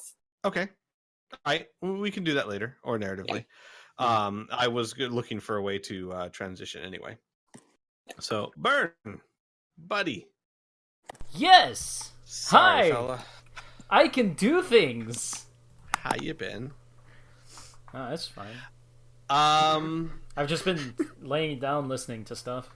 I know. I did not think it would go this long, but it's okay. But so, you, sir, are headed down to the detention cell to get DNA, I believe. Yes. He already has mine. Yes, he already has Xavier's. He just needs Zuzana. Now this is exciting because, with the exception of Xavier's story, this will be the first time anyone gets to see Zuzana. Anyways, I'm gonna shut up now. You have a point, though. Isaac, you make your way down to the detention cells. For Frontier Station, the detention cells are sparse but humane. Definitely, there's a bed. There's actually a small divider that you can go behind to do business, that kind of thing. But the cells themselves are almost Star Trek in a way, where it looks like you could walk right in, but there's a field in the way. Yeah. You arrive in the holding cells. There's 2 guards at the desk there. They look up and they say, "Hello, sir. Can we help you with something?" Hi, I'm here to see Zuzana. Or Zuzana. Sorry, Zuzana. The kid. The kid with the bar fight. Oh, is that her name? She didn't give us her name. Well, to be fair, she gave us 20 names until she got tired of that game. Oh my god, she is my child. Let me guess. Did she change her face as well, or no? Just the names, just the different. Okay, all right. Just the names. Your name, sir? My name is Isaac Redfield. Isaac, and he kind of looks down a list. Yes, I did get word that you might be coming. Yes. Honestly, all I'm here for is to maybe ask some questions and get a DNA sample so we can do a paternity test. So, you sure you don't want to come back tomorrow? Why? The message I got that told me that you might be coming also told me to inform her, Zuzana, I believe was her name? Yes. That her father was back on station. And? She's not in a very good mood. Oh. No, I'll be fine. I think. I hope. Okay. Don't well. shoot my daughter. Maybe alleged daughter. Okay. First of all, Isaac doesn't have any of his guns on him. Second of all, he wouldn't hurt a little kid. I know. I'm just teasing. Yeah. I know. So he nods and he motions for you to he says second cell on the right. Only one with a person in it at the moment. Well, there's Zaz, but he's always drunk and unconscious. So, and he'll motion you in. Now, real quick, Inferno. Yeah. I'm going to ask you real quick. Would you like descriptive powers over your alleged daughter, or do you want to kind of leave that up to me? I have the main strokes, but Give me a moment. I'm gonna send you a Skype message. sure. This is the first time that people will be seeing her. I should open up a Skype window. Just realized I didn't even have that up. Oh my gosh, I have messages. Holy crap. Oh man.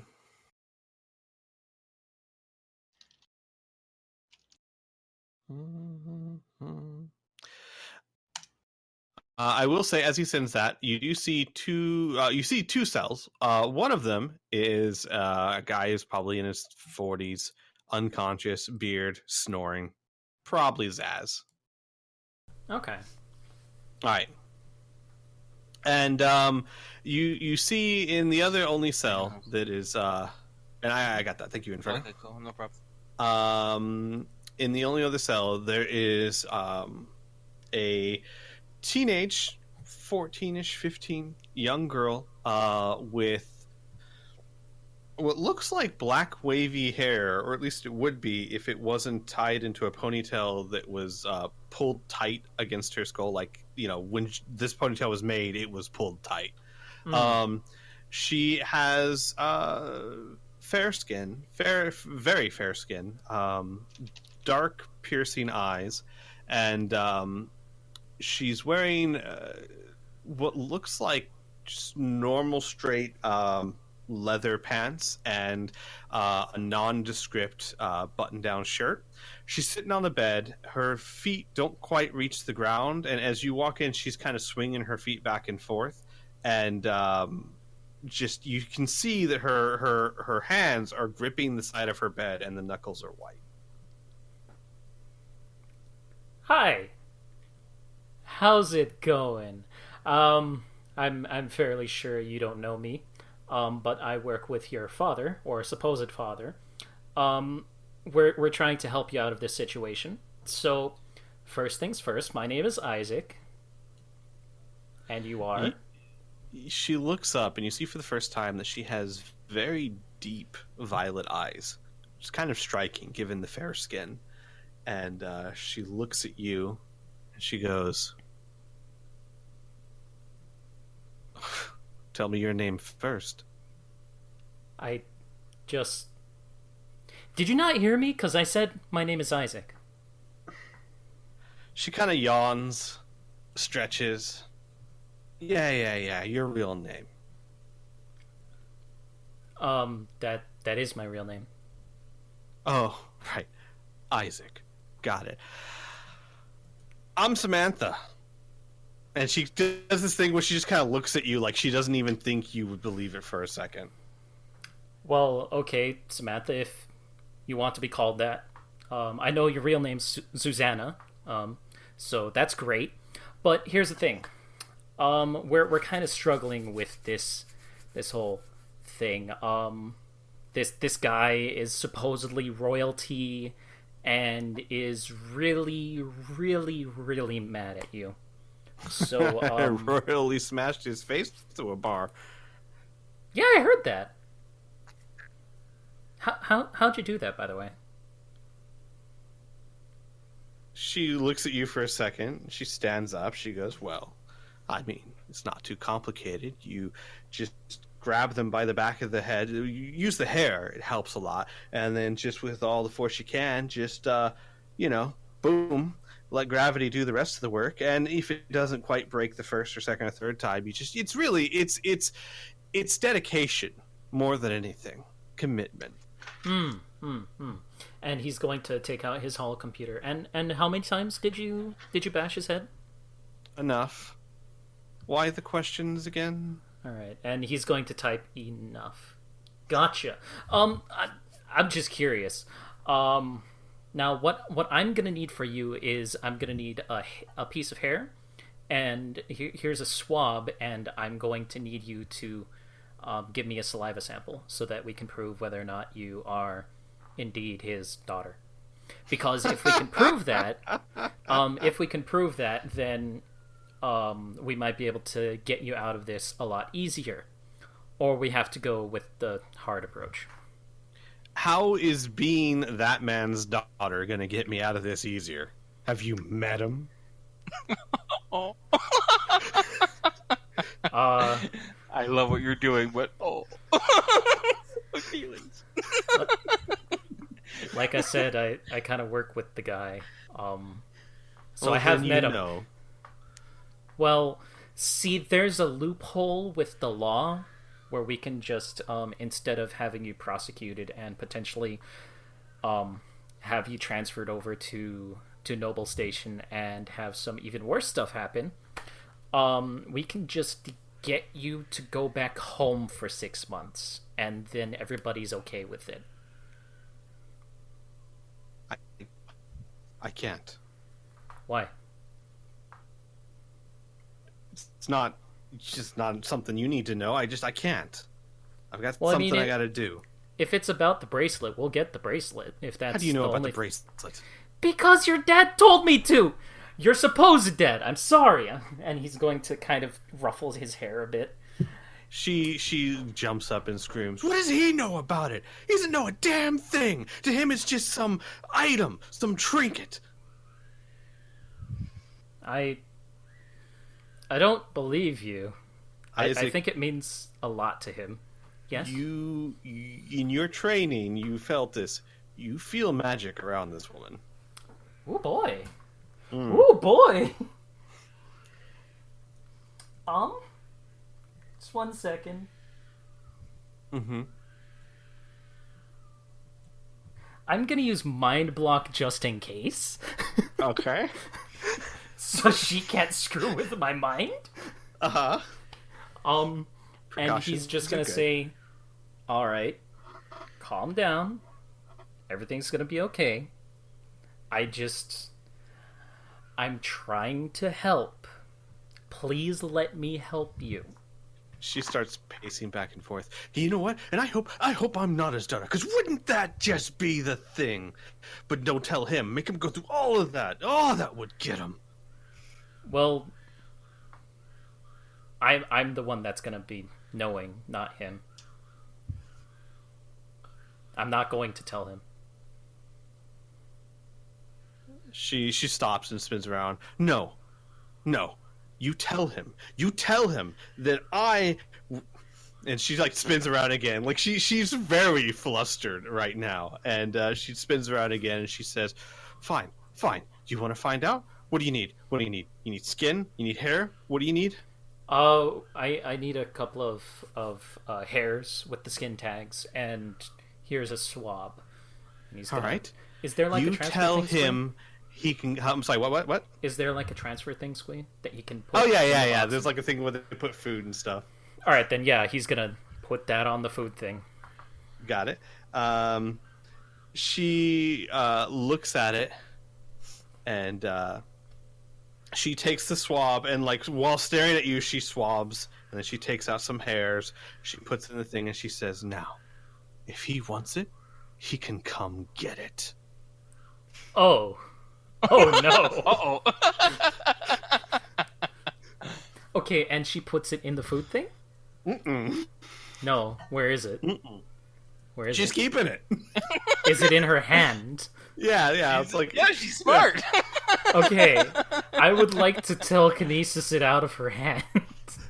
Okay, I will let you know. It's not impossible. You'd have to telekinesis it into the food thing, and then Yes. back to you. Okay, got it.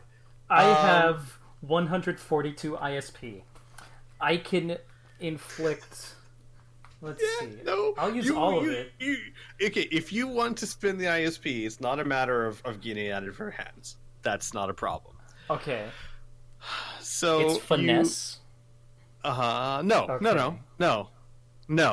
That's not the problem. What is it? You have no issues doing this whatsoever. Please expend the ISP.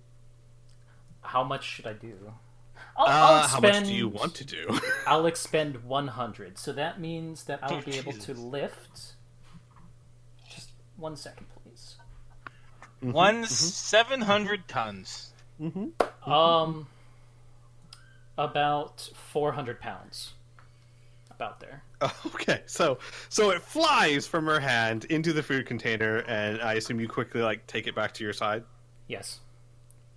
And she just stares at you with violet eyes of fire, and she just screams. And Isaac, please roll me a save versus magic. I warned you. All right. It is. Spell magic? I think you get. Yeah. I think you get some Okay. bonuses. However, she also has a +3 bonus to. Okay. So what is your bonus to save? I have to hit 12, and I have a +4. Okay, so you have a So +1 +1? now. Okay. Mm-hmm. Oh, that's a question mark. I need a slash. Ha! I did it! Disappointed. So disappointed. Isaac is going to kind of take his pinky and kind of clean his ears a bit. Ugh. That's loud. I'm sorry, but I'm not Latvian. I'm kind of, resistant to that kind of thing. But good news is I'll be back with the results. And he's going to give her a thumbs up. Yeah, for the first time ever, she's just aghast. Her jaws dropped. This doesn't usually happen. And Isaac leaves. Yeah. Damn it.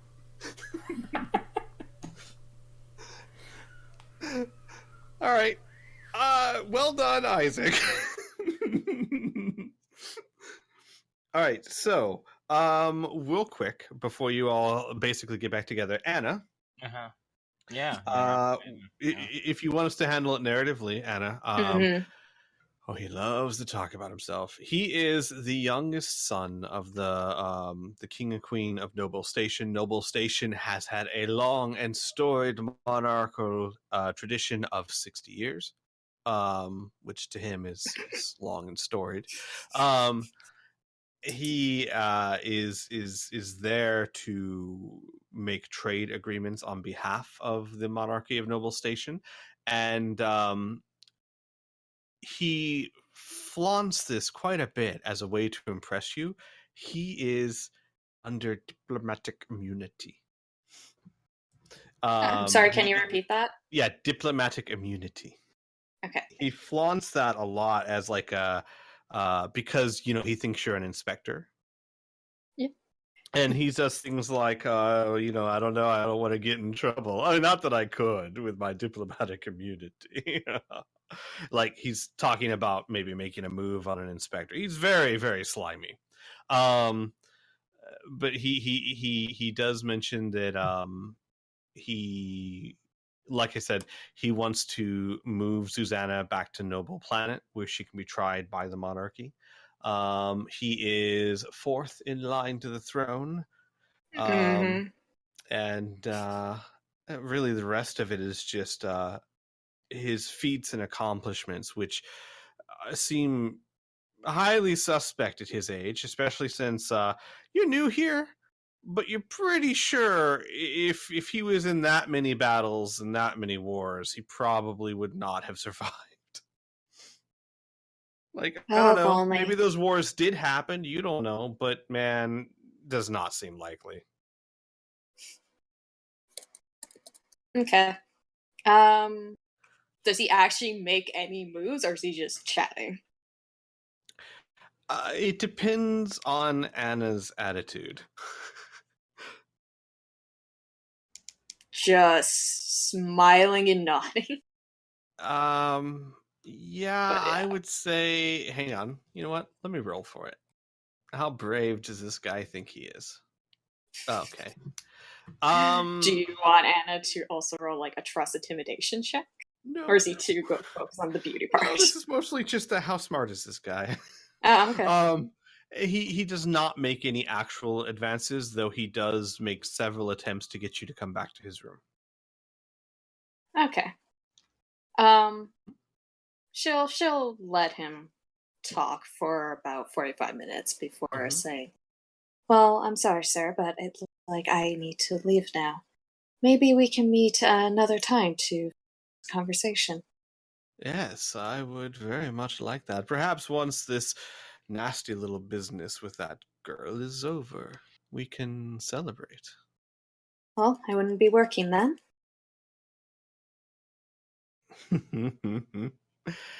Well then, and he'll stand up and he'll take your hand and he'll like do a flourishing bow and kiss it and say, "Until next time, my sweet." Ooh. When he Yay, touches evil her laughter. Uh-huh. she is gonna do Neurotouch Stumble. The victim loses control over his legs for just an instant and stumbles and loses one melee attack of action. Hang on. Does he have a chance to save? I mean, it's an attack, technically. Oh yeah, okay, so make an Is attack. it a psychic thing? Right. Yep, psychic. Oh wait, no, so he should just save against psychics, I believe. Okay. Well, okay. So give me a second. He doesn't have any pluses to it. Nope. He touches your hand, and he's leaning over because you guys are sitting at the table. So he stood up. He leaned over the table to touch your hand to go to kiss it. He touches it. His legs give out. He falls face first in the table, bounces off of it, and falls onto the floor. You see Are you that okay, sir? Or your Majesty? his nose seems to be leaking again. He just goes, "Ah, oh, oh!" And he's just sitting there like he goes, "I'm fine." Oh, stupid table. I hate you, table. You're a stupid table. And he kind of just rushes out of the room. Well, don't have to worry about. Oh, I forgot the damn word. Whatever. I was just gonna leave. Oh, I was just gonna make a joke. That's fine. no problem. All right. And with that, you come back down to the lobby where you see where for the past 15 minutes or so, a small 1.5 Ubdub has been frantically leaping around the fountain following a Lucas who will not get out. Anna's just gonna walk right past. You probably hear Lucas saying, "Wait a second, I'll go check again," as he flips upside down, bubbling frantically. Sir! Sir!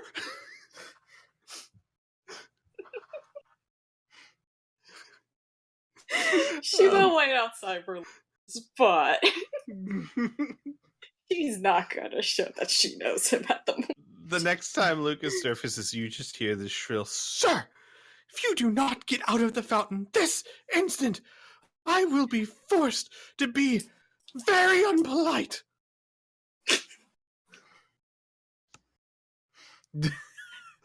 Why are you in the fountain, Lucas? He gets up and goes, "Oh, I'm sorry, I didn't know." As he leaves. Thank you very kindly, sir. And he just like takes a few deep breaths. And as you walk out, he walks back to the desk. And while he's like walking out, he says like pretty loudly to himself, "Am I changing color? Is the water doing it?"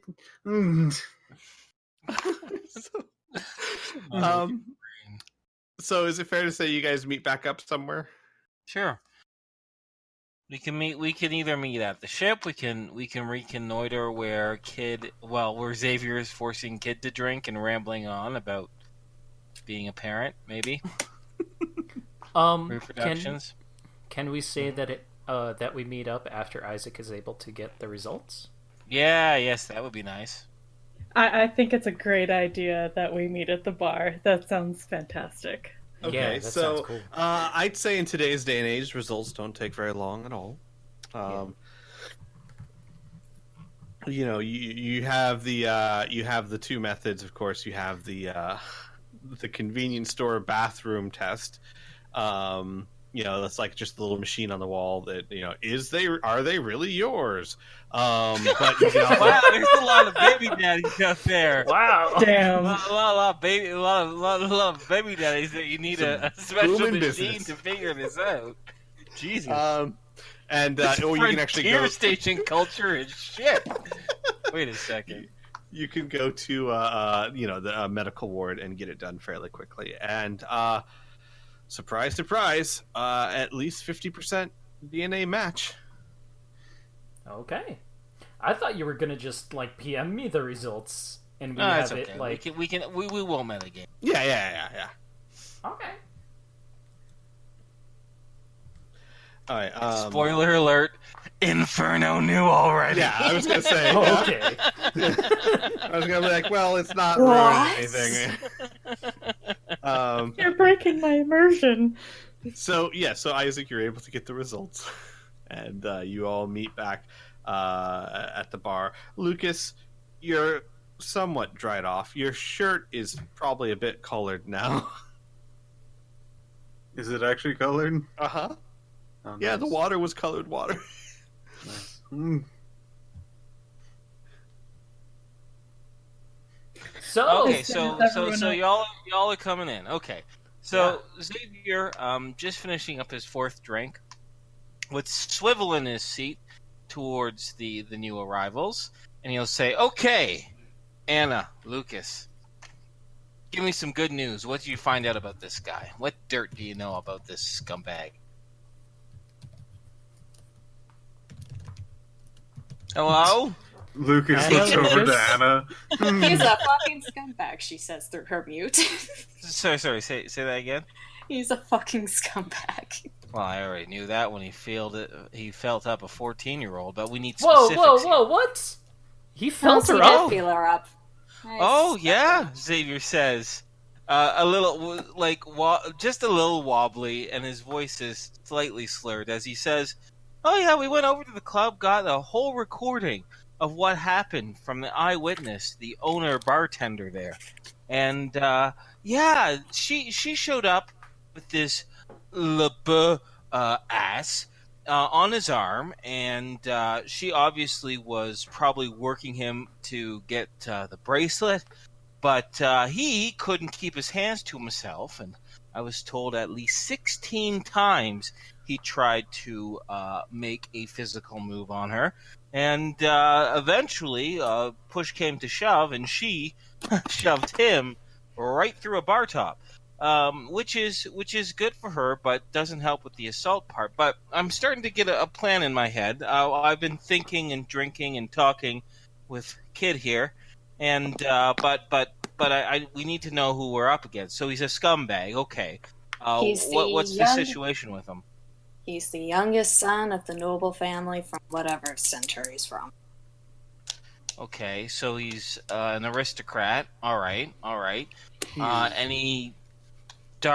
Anything that we can blackmail him with? I mean, other than the obvious? I couldn't get into his room. Okay. So as much as I got from him is talking to him, or him talking at me while looking at my boobs. So he's a talker? Oh, big time. More than you. So, what is this a guy who, what is he? What was your feel off this guy? What do you think he cared about? Money? Like reputation? Sex? Like what? Like what's Definitely his driving factor? sex. Okay. Probably reputation. Probably reputation, huh?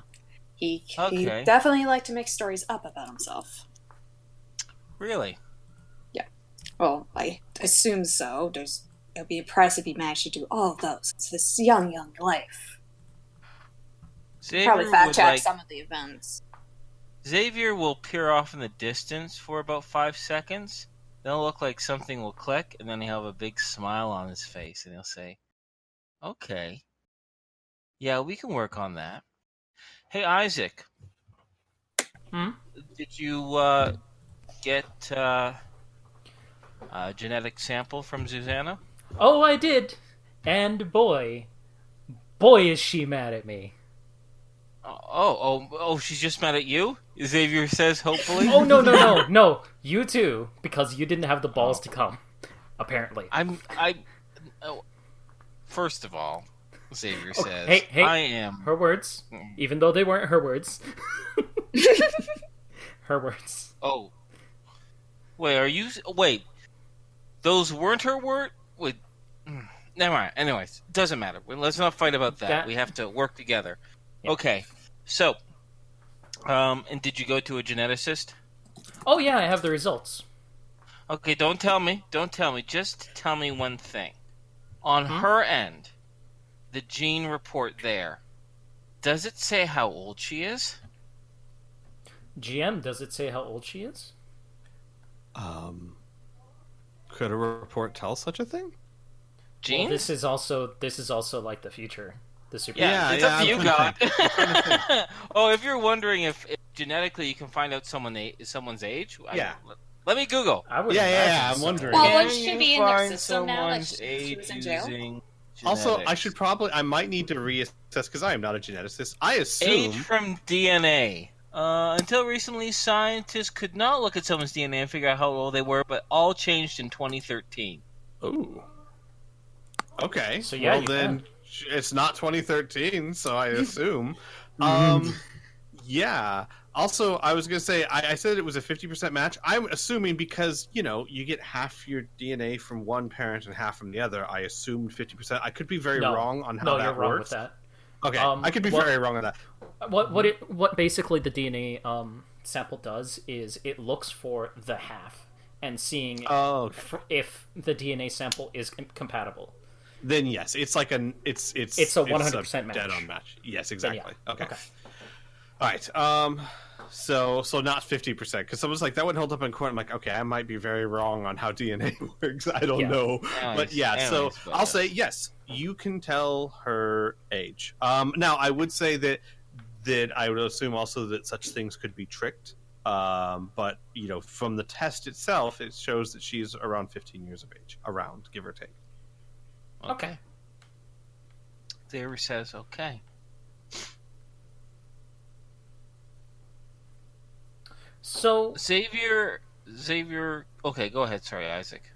I think I know where you're headed with this. So what we could possibly do is talk to either Hart or Paw and hack, quote unquote, as many news outlets and news places as possible and broadcast this story, or threaten to broadcast this story. Xavier nods. He says, listen, we should do this together because I'm going to need everyone's help on this.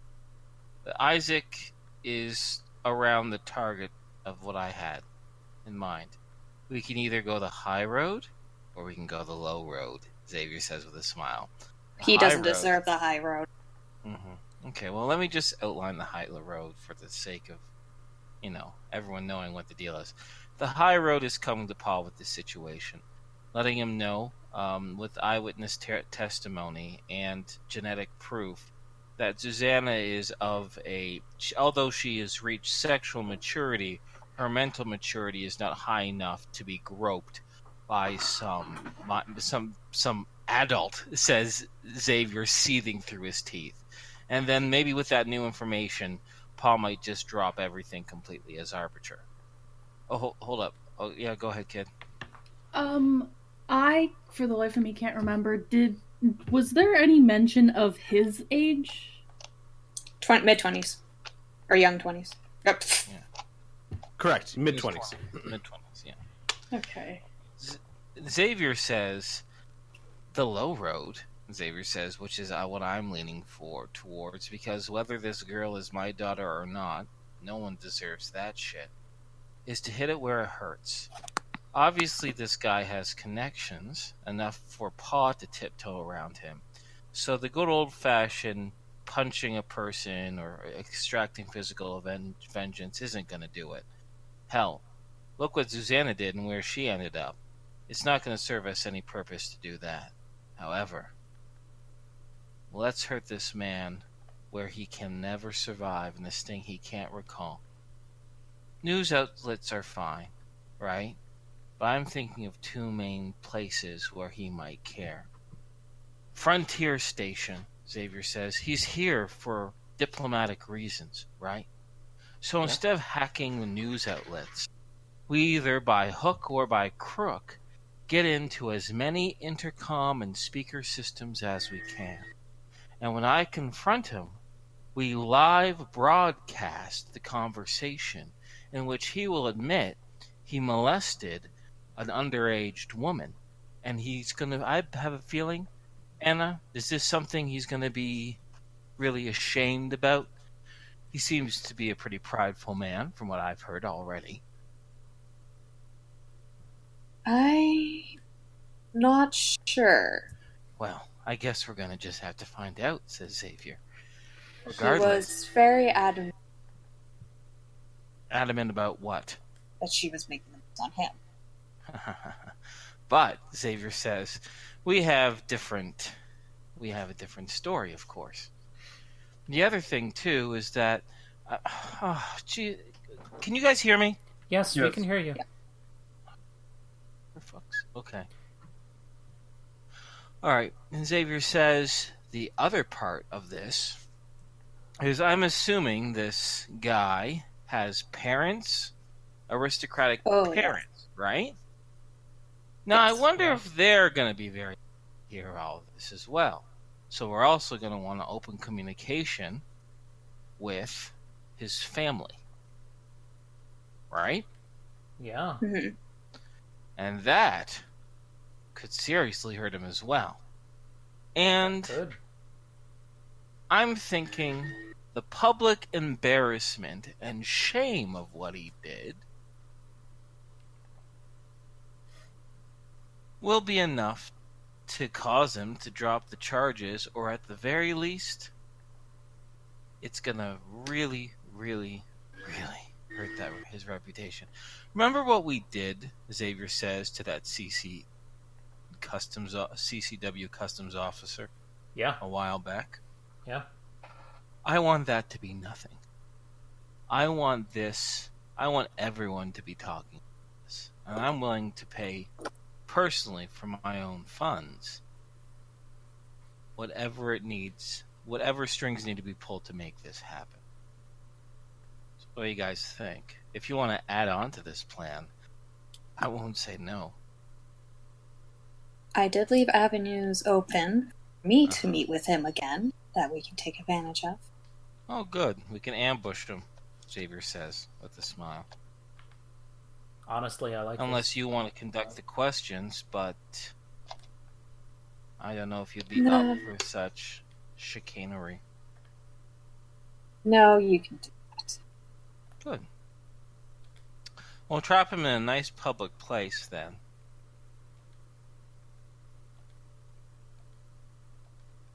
Yeah, let's publicly shame the bastard. Yeah. Since we can't get him any other way. Yep. Now, you talked with him, I'm assuming, for quite some time, since I was pacing around that fountain for I don't even know how long. But how was he? Is he a level-headed man, or like a... No. No? No. Would he get upset fairly easily? He yelled at a table when he fell into it, and then ran out of... Easily embarrassed. Okay. I can work with that. Oh, what are you thinking? What are you thinking? Well, if I know people, and good lord, if I could do anything else than know people, that would be... I wouldn't exist, would I? No. let's not digress, says Xavier, trying like As he herding then starts cats to get contemplating about Lucas life. back on point. Anywho, yes. So what I could do is have the situation, whatever your plan may be, I could tip the particular environment in a way where he might be a bit off balance in a very literal way. In a very literal way. Yeah. Know where he sits, maybe do a few things to particular parts of things, have things maybe not work out so well where he walks and things like that. Oh yeah, make him look like a buffoon. I see. Hey, if you need that sort of help, I think I can pull a few things off. Sure. Xavier will say, I guess the trickiest thing, though, Xavier says, maybe my eyes are bigger than my stomach and all this. Is it even possible for us to... We're the most technically minded out of all of us here. We have a little box that allows us to hook into, like, 1 or 2 systems, but that isn't really all that fancy. How... God, I imagine Pav's probably upgraded the security to this place. Where we put the cart before the horse, Xavier says, maybe you should check out and see how much public...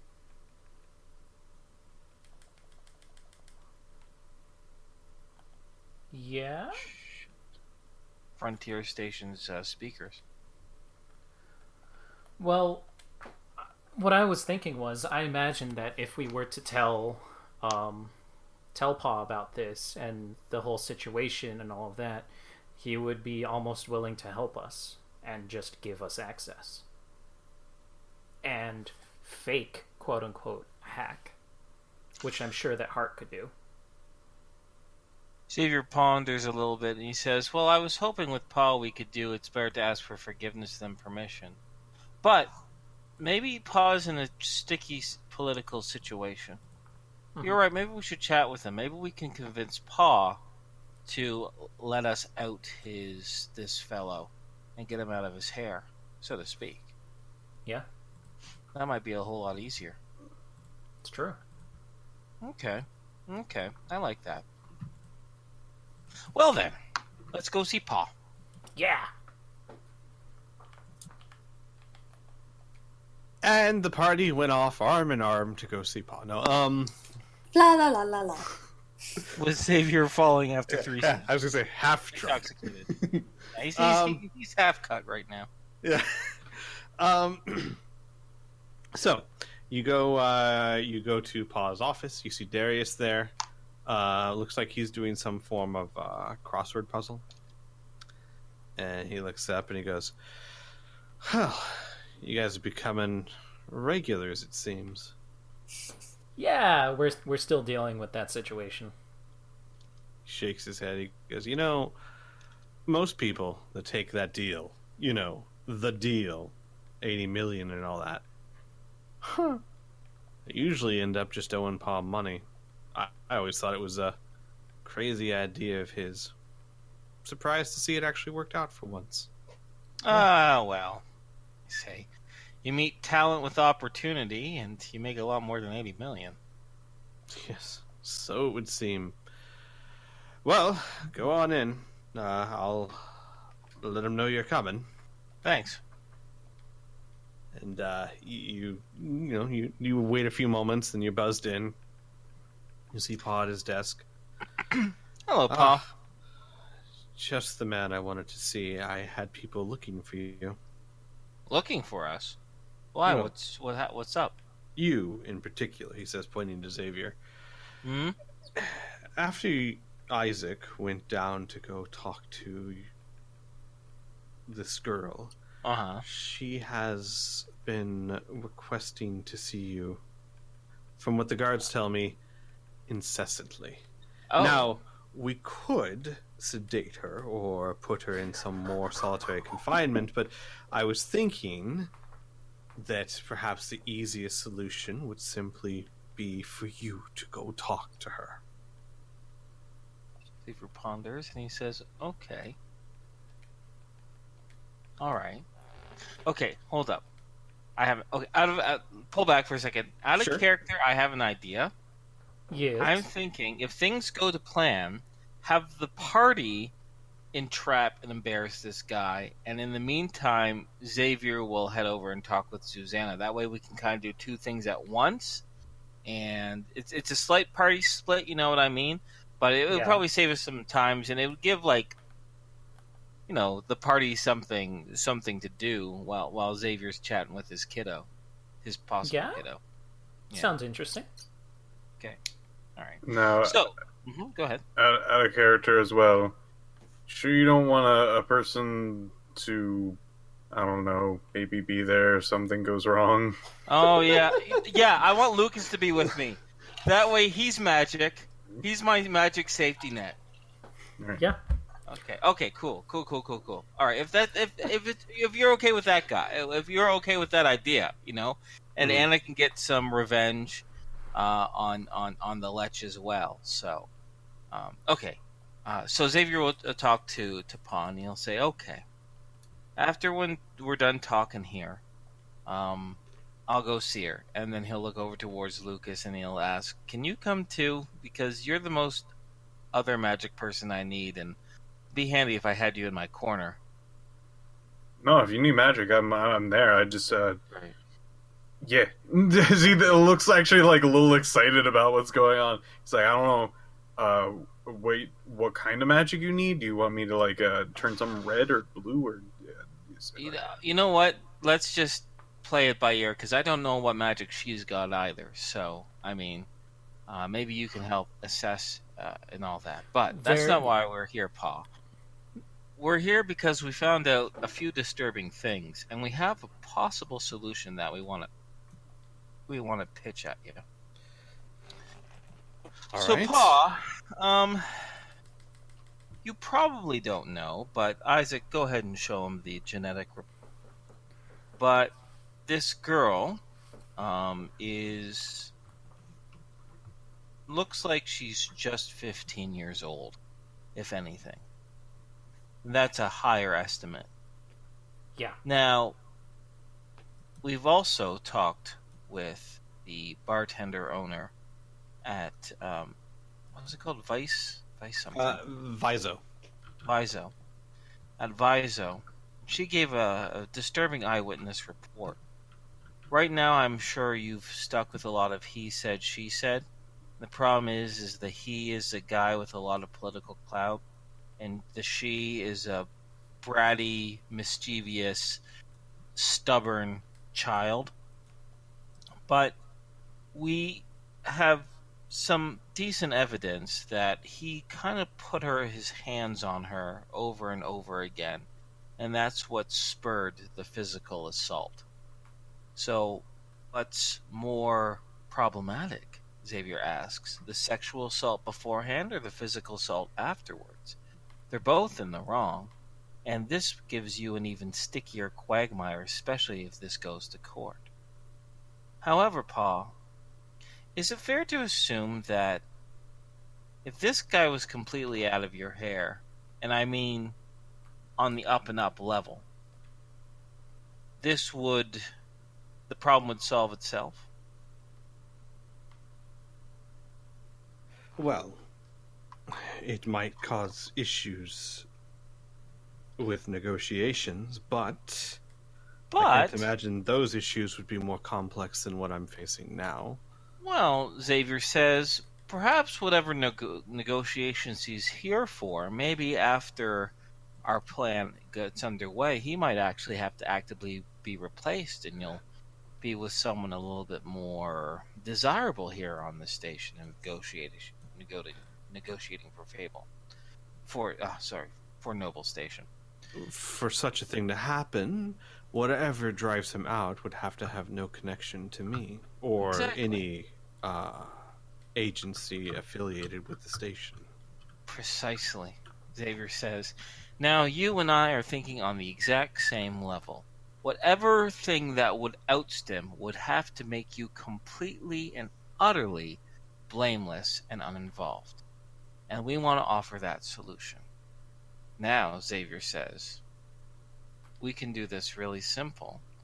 And you can give us certain security codes only to the communications systems, specifically the speaker and intercom systems, for a mere 20 minutes across Frontier Station, and not ask any other questions and trust us to get it done and give you plausible deniability, or I can outline step by step of our plan, and you can decide whether you want to help us out or not. So you want access to our security systems? Only not security, Xavier says. The more specifically, just the communications, the speakers and intercom, so we can broadcast a recording, a live streamed conversation across all of Frontier Station. Well, that's what I was getting to. It's definitely doable, though with the recent war, we integrated that into our security systems. People getting their hands on communications can be quite a dangerous thing when emotions are tense. This is possible, though I can't imagine what you plan to do. You do realize that I cannot physically charge this prince with anything without very solid evidence. So what you must be suggesting is a moral victory? A political victory, says Xavier. We're going to ruin the man's reputation. We're going to make it so every single step he takes in Frontier Station, people are going to know who he is and what he did. We're going to let his parents know and everyone on Noble Station know this as well. And that way, he'll either have two awful choices. Go back to Noble Station with his tail tucked between his legs, or stay here and be reviled by every single person he comes across. In addition, since he's here for negotiations, and his public embarrassment would be so widespread, it would give you quite the advantage if he was so stubborn to stay and negotiate. The man will be in a mental wreck.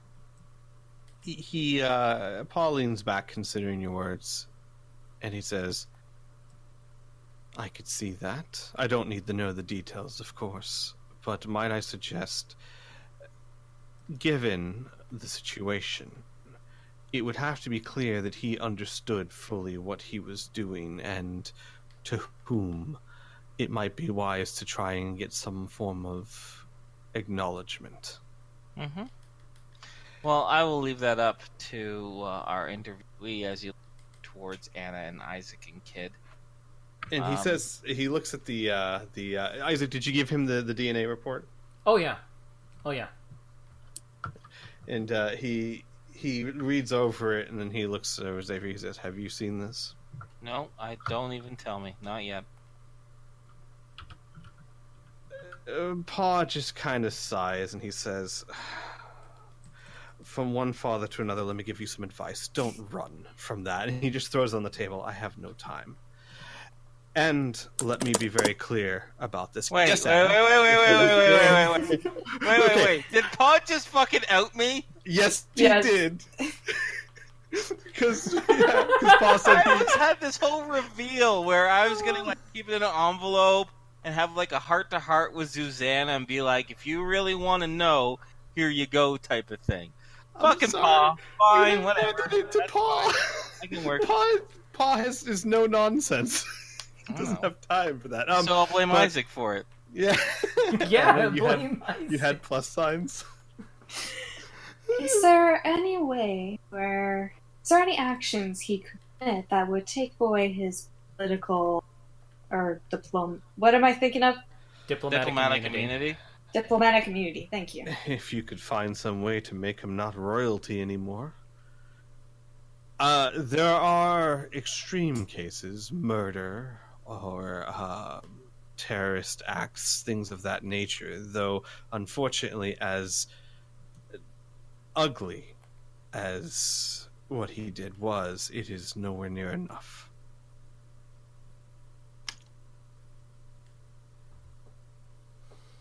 Damn. We can't fake her. He'll look to Xavier and he'll say, but I want to make this very clear. I have no love for this man, and if it was my daughter, he might not make it back home. That said, I've spoken to this young lady. She was aware of what she was doing, and she is most certainly not without fault. If this man leaves, if this situation quiets down, she will be released into her guardian's care to go home and to not come back to this station for no less than 5 years. Am I clear? Yep. Clear as day. Good. Then I will get you your access. Thank you. Go ahead and relay that to Anna and Isaac and Kid here. They're going to be doing that while Lucas and I are going to have a chat with and then like Xavier's face is like completely pale now as he's just staring at the stupid genetics reports lying across Pa's desk, staring at his face, and he says, "My daughter." Isaac's gonna give you a thumbs up. Don't. Xavier says, "Don't. If there's anything I learned about you, Isaac, and the relationship with your dad, is that if you bring something into this world, you're responsible for it." Oh, I know. That's why I'm not prepared to have children. Not yet. Xavier like sighs, and underneath his breath, he says, "I should have got snipped when I was 19 years old." Isaac, you know. And he looks down at his lap and he says, "What have you got me into?" Isaac, when you said that, you see Pa staring at you intently. What? He shakes his head. Nothing. Just like what I hear. I'm being safe. What? Are you gonna kill me now? Well, can I take these? Xavier says, "She might need some convincing too." They're not mine. They're yours, as far as I'm concerned. Xavier will scoop these up. And then Pa will basically give you a code that will give you access to the PA system for a period of 3 minutes. Will that be suitable? I guess. I mean, because like he's not asking for the details of your plans, so he's kind of like, is this gonna work? 30 minutes is a pretty short conversation, guys. Yeah, that's what I'm thinking. You need at least 10. Yeah. Yeah. All right. He'll nod and he'll say, "Okay, doable. Though you may want to make Make a show? He nods. He says, for that kind of access, we will have to give you the intercoms for a good deal of time. And you guys know, you've been on Frontier Station for a while. The intercoms are constantly used for advertisements, messages, hey parents, your kid's looking for you in Sector 3, that kind of thing. Ship 490C is parked in the blue zone. Exactly. Please remove your ship from the blue zone. You have 30 minutes to remove your cube. All right. And he says, I suppose we could put it down for maintenance for 10 to 15 minutes. That sounds good. Right. Well, I don't need to know anymore. Just good luck. Was that to me or to them?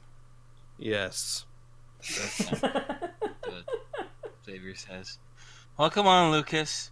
Hey, Lucas, you don't have anything. You don't have like a little white flag on you or anything. I can get one. Okay, yeah, go get a white flag. I think I need to wave it. All right. Which do we want to do first? The child. You want my chat with Zuzana first? I think so. Okay, I yeah, think that would sure be for that. extremely I'm down for that. entertaining. So I want to make clear as a GM, as I understand. So we're gonna do this first, but the idea is that they are happening simultaneously. Right? Yes, or yeah. very close in time. Very close. Got it. Okay. Yeah. All right. Yeah. Lucas So you and Luke, yes, Lucas. I wanted to make sure because I said I was going to be like something about like being off kilter and things like that.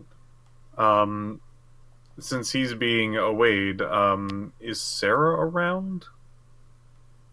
Yeah, she went back with you. All right. So she would be Lucas around. suggests to have Sarah help you guys, saying that I've been pranked by her enough times that she might have something up her sleeve. Oh, cool. Yeah. Yeah. Oh. Oh. Yeah, that's true. If you don't have Lucas, you do have Sarah, who trained in pranks in an effort to impress Lucas. Sure. I don't know of anything at the moment, but I'll. How about we let the scene play out, and then Sarah We'll will go from just there. find a way Yeah. to fit in. Yeah. All right. So you guys make your way down to the same holding cells Isaac went to. When you get there, you see two guards. They look fairly tired, and one of them goes, "You Xavier?" Yes. Oh, thank God. Oh yeah, Xavier's back on like regular Xavier phase too, by the way. Okay, got it. And he goes, "That kid has been asking for you, and asking is the polite term. Demanding, moaning, bitching. Go talk to her, please, for my sake." Yeah, that's what I'm here for. I thought to myself, Xavier will pause for a moment. Oh, never mind. Sure, she's just around the corner there? Just around the corner. Okay, Xavier says, and he'll look over towards Lucas. Okay, can I have that white flag now? He holds you a spoon that has a white piece of cloth tied to it. Xavier will be like, I appreciate your improvisation in such a short period of time. As he goes around, and then he's gonna like, Xavier's gonna be like up against the corner wall, and he's gonna stick his arm out with a little spoon white flag, and he'll be like, I'm coming in. Don't do anything. You don't hear anything for a second, and you hear, Xavier? Yep. Just making sure the coast is clear, because the last time we had a chat, you catapulted me across the galaxy and through time itself to my friends. So just want to make sure I'm gonna stay here on Frontier Station while we have ourselves a chat. I'm not going to. I'm sorry. Yeah, I'm sorry too. Well, we'll get to the apology part, but I'm good to come on through. Yes, you're good. Okay. Also, I have a friend. He also, he's also going to be here. He's like my safety net, so to speak. And then Xavier will enter in with Lucas. You see, same description, of course, I gave Isaac. You see, she looks like she's been pacing back and forth, and when she sees you, she kind of quickly walks up to the front, and she goes, "Oh, you're okay? You weren't hurt or anything, right?" Xavier will say, "You're just lucky. I am who I am, and my friends are my friends. If you pulled this 3 years ago, you might have never ever seen me again." Yeah. She kind of bites her came lip. back here. Pardon me? Don't. She kind of bites her lip and looks down. She goes. Oh, sorry. She goes. I don't have the best control yet, but you. Yeah, I know what I said. It came off completely wrong, but you have to understand the situation when someone you never met before says that they're your daughter, and then all the old emotions come flooding back about your mom and everything that happened there. It's no surprise that a guy like me is going to get defensive. But before we get into anything serious here, Zuzana, what the hell were you thinking with that LeBeau bastard? She looks up at you and she goes, I was trying to help. And you shouldn't judge me because I've been trying to do far more than you ever did.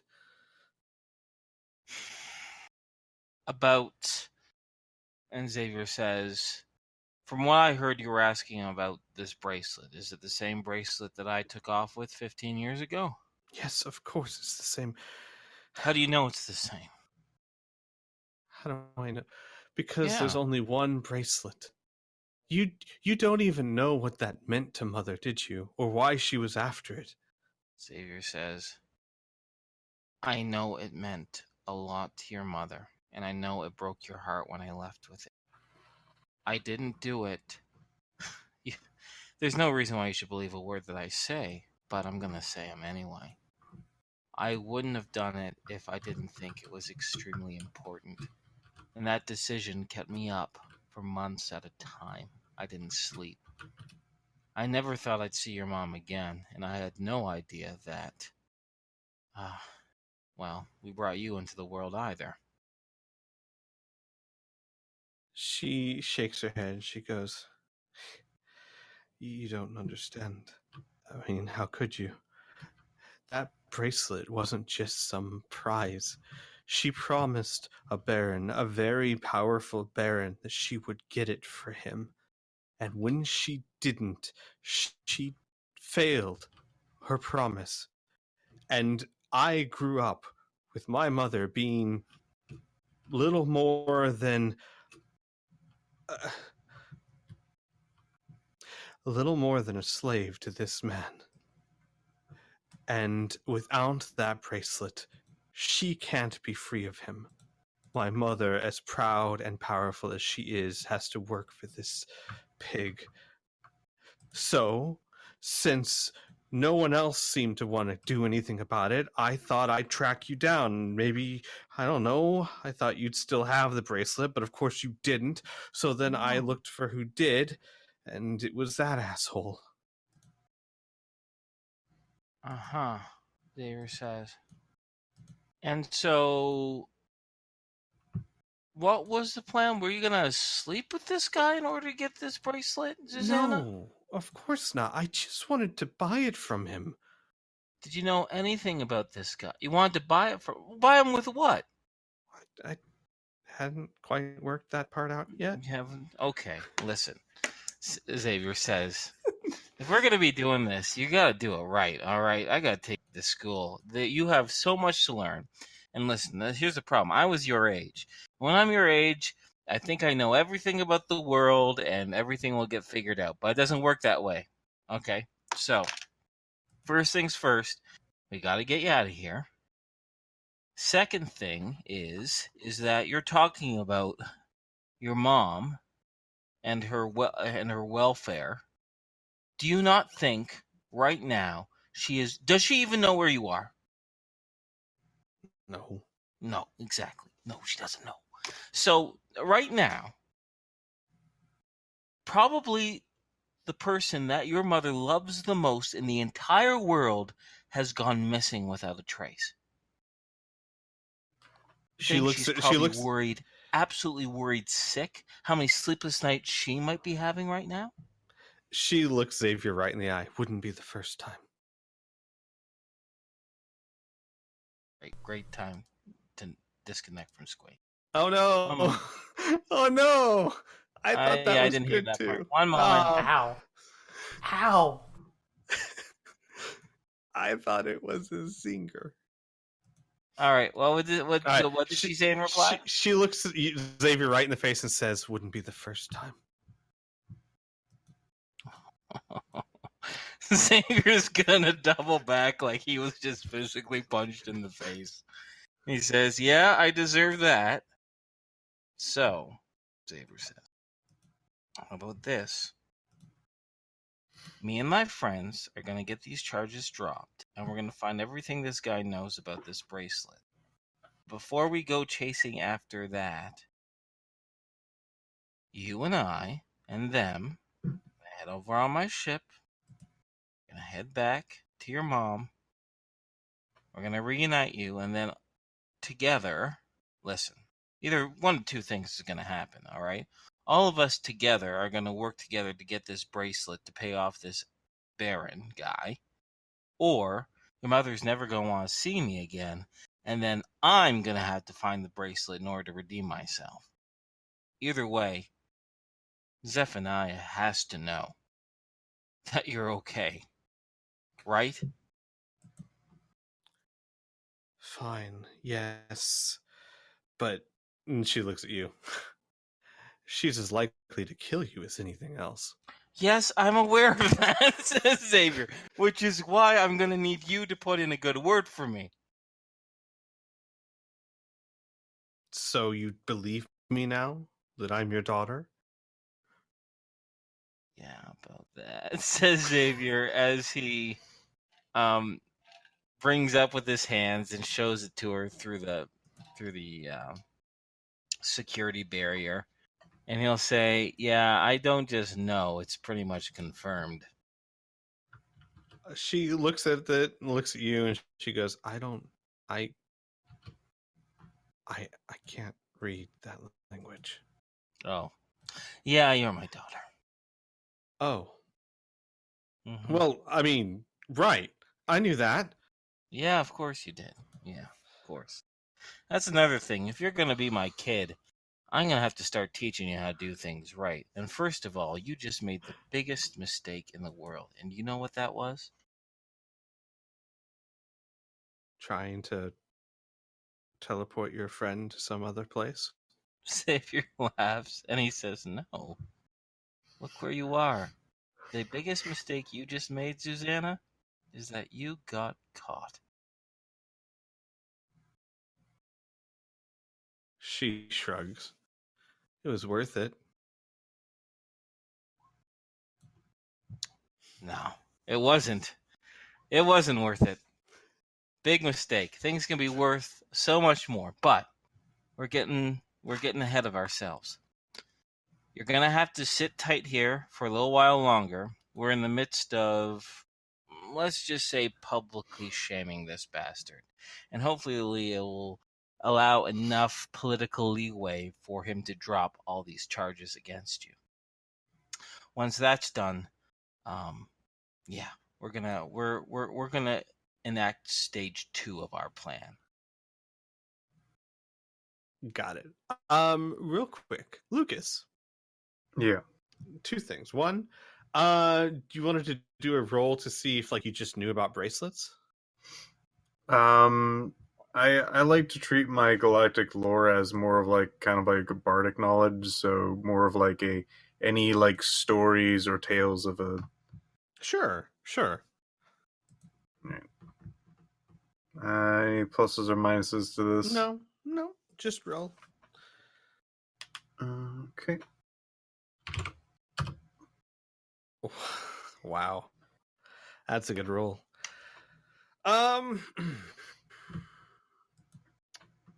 So a few stories that might fit, of powerful or famous bracelets or things of that nature. I will say this with that knowledge check, and given that you've spent time on Noble Station, you will know, when you think about it, when you're hearing this conversation or something, it dawns on you. The monarchy of Noble Station has a prized jewel collection. All of them are supposedly from greatly difficultly acquired gems. That was a horrible sentence, Squee. Basically, everything in the collection, all their diamonds, all their jewels were from this fabled planet, really hard and exotic to find, or from the hero of this great war back there. And one of their prize collection is actually a beautiful silver engraved bracelet And according from your story, I mean, from the stories you heard, it's touted as being from a rarely visited planet of wonder called Palladium.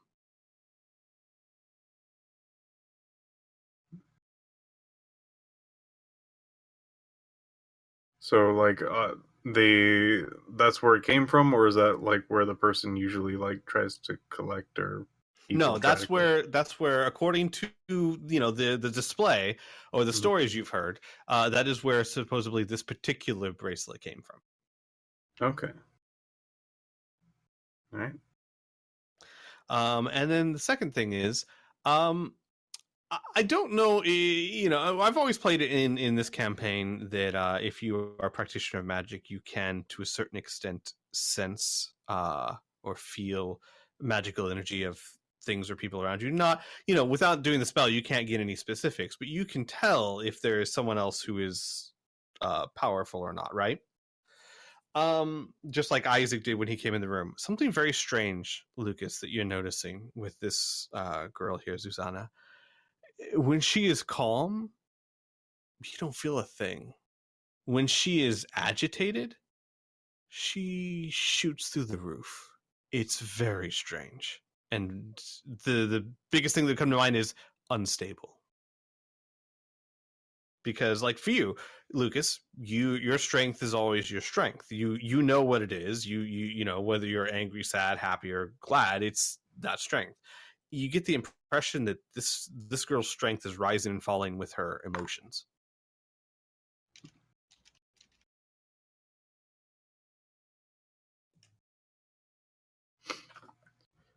All right. Thank you.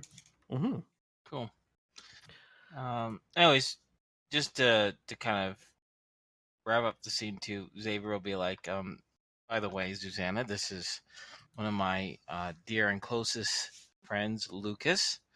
He's also a magician, although he has a different flavor of it, I guess you could say. Oh, Lucas waves. hi. Yeah, he went to ninja college. She kind of looks at you and she goes, "You don't look like what I'd imagine." Me or Lucas? No, Lucas. Oh. You heard of me? No, I'm just saying for someone that went to a ninja college, you're very colorful. Oh yes. It's not the only thing that I do, but I mean, it does help to make sure you get noticed. Let's just say you also flunked out, right? Yeah, but you don't have to say it. I'm sure you're gonna find out eventually. She kind of laughs. Well, Lucas, I'm Zuzana, enchantress in training, daughter of one of the greatest enchanters of the kingdom of Bania. Well, it is a pleasure to meet you. I am. He like tries to think of a title for himself. Well, I am Lucas. I am a magician extraordinaire and have done many of fantastical adventures along with your father here. I'm not going to get used to that, says Xavier. I am not going to get used to that.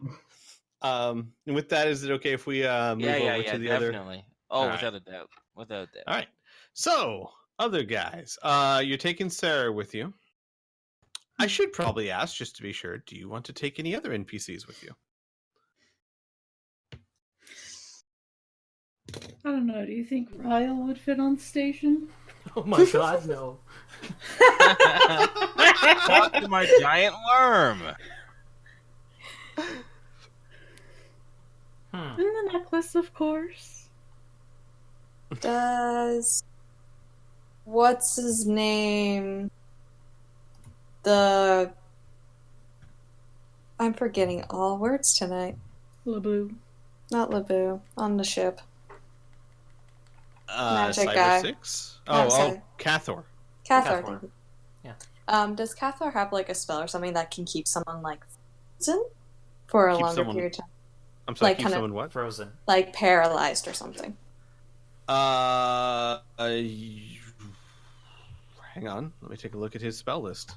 Because like Anna can do that, but it's also because it might come in handy, but it's all limited. He has a form of paralysis. So he let you know it's not like he can paralyze the whole body. He can paralyze a part of the body, like a leg, an arm, a tongue. Hmm. And Oh, you could wait. cast it a couple times if he needed. I guess I can also just trap him in a force field. Yeah, that would work too. But again, he could, but Cathor's a techno wizard, so his magic is not very powerful unless he's using it through a device, and he doesn't have a device that would do that. He could cast the spell in a pinch. I'm sure we can find a taser. Sure. Oh, I right. have tasers. I have 2 taser pistols. Call him Mr. Taser. So yeah.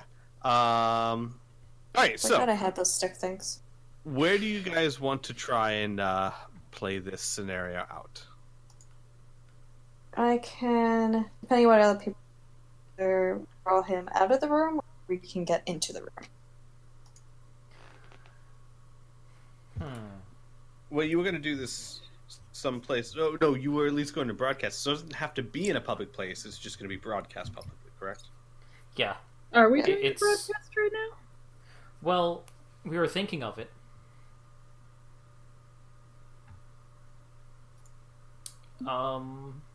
What we could do is we could just get the recordings and whatnot from him now, and then broadcast it at a later date,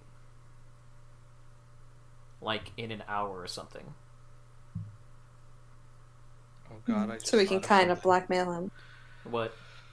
Oh, for Sarah to do. She'll need Heart's help, but that's... Sarah What's and she Hart gonna do? could... So, you know how we're starting to get this new technology, and I mean in the real world, this new technology where we can kind of use AI to superimpose someone's face Yes. to change it, like Oh to my make God. it sound like someone's saying something or whatnot. Sarah and Hart could get together to make like an image. So like whenever you play whatever you play, there's an image of him saying it, and they can just make him look the dorkiest, the dumbest. You know what I mean? Like make him just incredibly embarrassing, so that there is a face to put to the voice. And you know what? All we would need is a sample of his voice Mm-hmm. saying several different things, and we could patchwork it together. That's He does interesting. like to talk. Well, no, Just I like mean, to talk a lot. I thought you guys were going to make him spill the beans and all that, and then just broadcast that, right? Well, we could, Yeah. or we could just have an innocent meeting, trying to get to the bottom of this, and then from that innocent meeting, Make him say Like- whatever you want. yeah, we could technically would- do that, and It we would could say at require the some end, rolls. I mean, it's possible. We Yeah. could say at the end that we're interested in the idea of diplomacy to sweep this under the rug and see if he plays ball. If he plays ball and he lets her go, then he lets her go. Fantastic. If he doesn't let her go, then we can just make this thing a reality and smear his good name. I thought we were doing the smearing the good name route because we wanted to shame him because he's an asshole. Yeah, sure. Why can't we do both? Let's just do it. Yeah. So I will say this: if you want to try and take a sample of his voice and then change that to say what you would like to say, it's doable. It's the future. It will require some skill checks, of course, to determine how well you do it. But it's something that is a route you could take if you'd prefer. Let's just interrogate him. Screw it. Okay. Let's meet him at a bar. I will say Or- this, and Anna, with your skill, this wouldn't be too hard. There's no reason why you couldn't attempt to interrogate him and get a voice sample just in case. It's true. Why not both? Yeah, why not both? Okay. Or we could just meet him at the, like, at a docking station. What do you guys think? Where should we meet him? The fact that how, like, one look at Annie's like, yes, I want you in my room, we could easily have her just show up at the door and then Isaac and Kid force their way in after her. That's true. If we don't want to draw him. But we can also probably easily draw him out as well. Same. Take him to the famous dock number 6, where there is paranormal activity. If we were to draw him out, then that would put the ball in our court. And if we were to go and assault his room, that might bring some charges on ourselves as well, because he's a diplomat. That's what I'm thinking. Yeah, well, actually, if we bring him into a sleep bar, that's his reputation. Yeah. It's like, oh, you go to the bad places. We can also, like, find some random seedy, like, corner of the station and, like, scare the shit out of him. It's always an option. Give kids something big and intimidating to break. All right. I will say this. Unfortunately, I have to draw the session to a close. It's 11:30 almost. No problem. Yeah, that's fine. Why don't we start next session? That way you guys can take some time to figure out exactly what we want to do, and then start the next session. We will figure out or we'll enact the plan. Sure. Thank you guys for watching. We will see you guys next week. Don't forget to thanks check for out watching, Groups. guys. Take care, everyone. Bye-bye. Bye.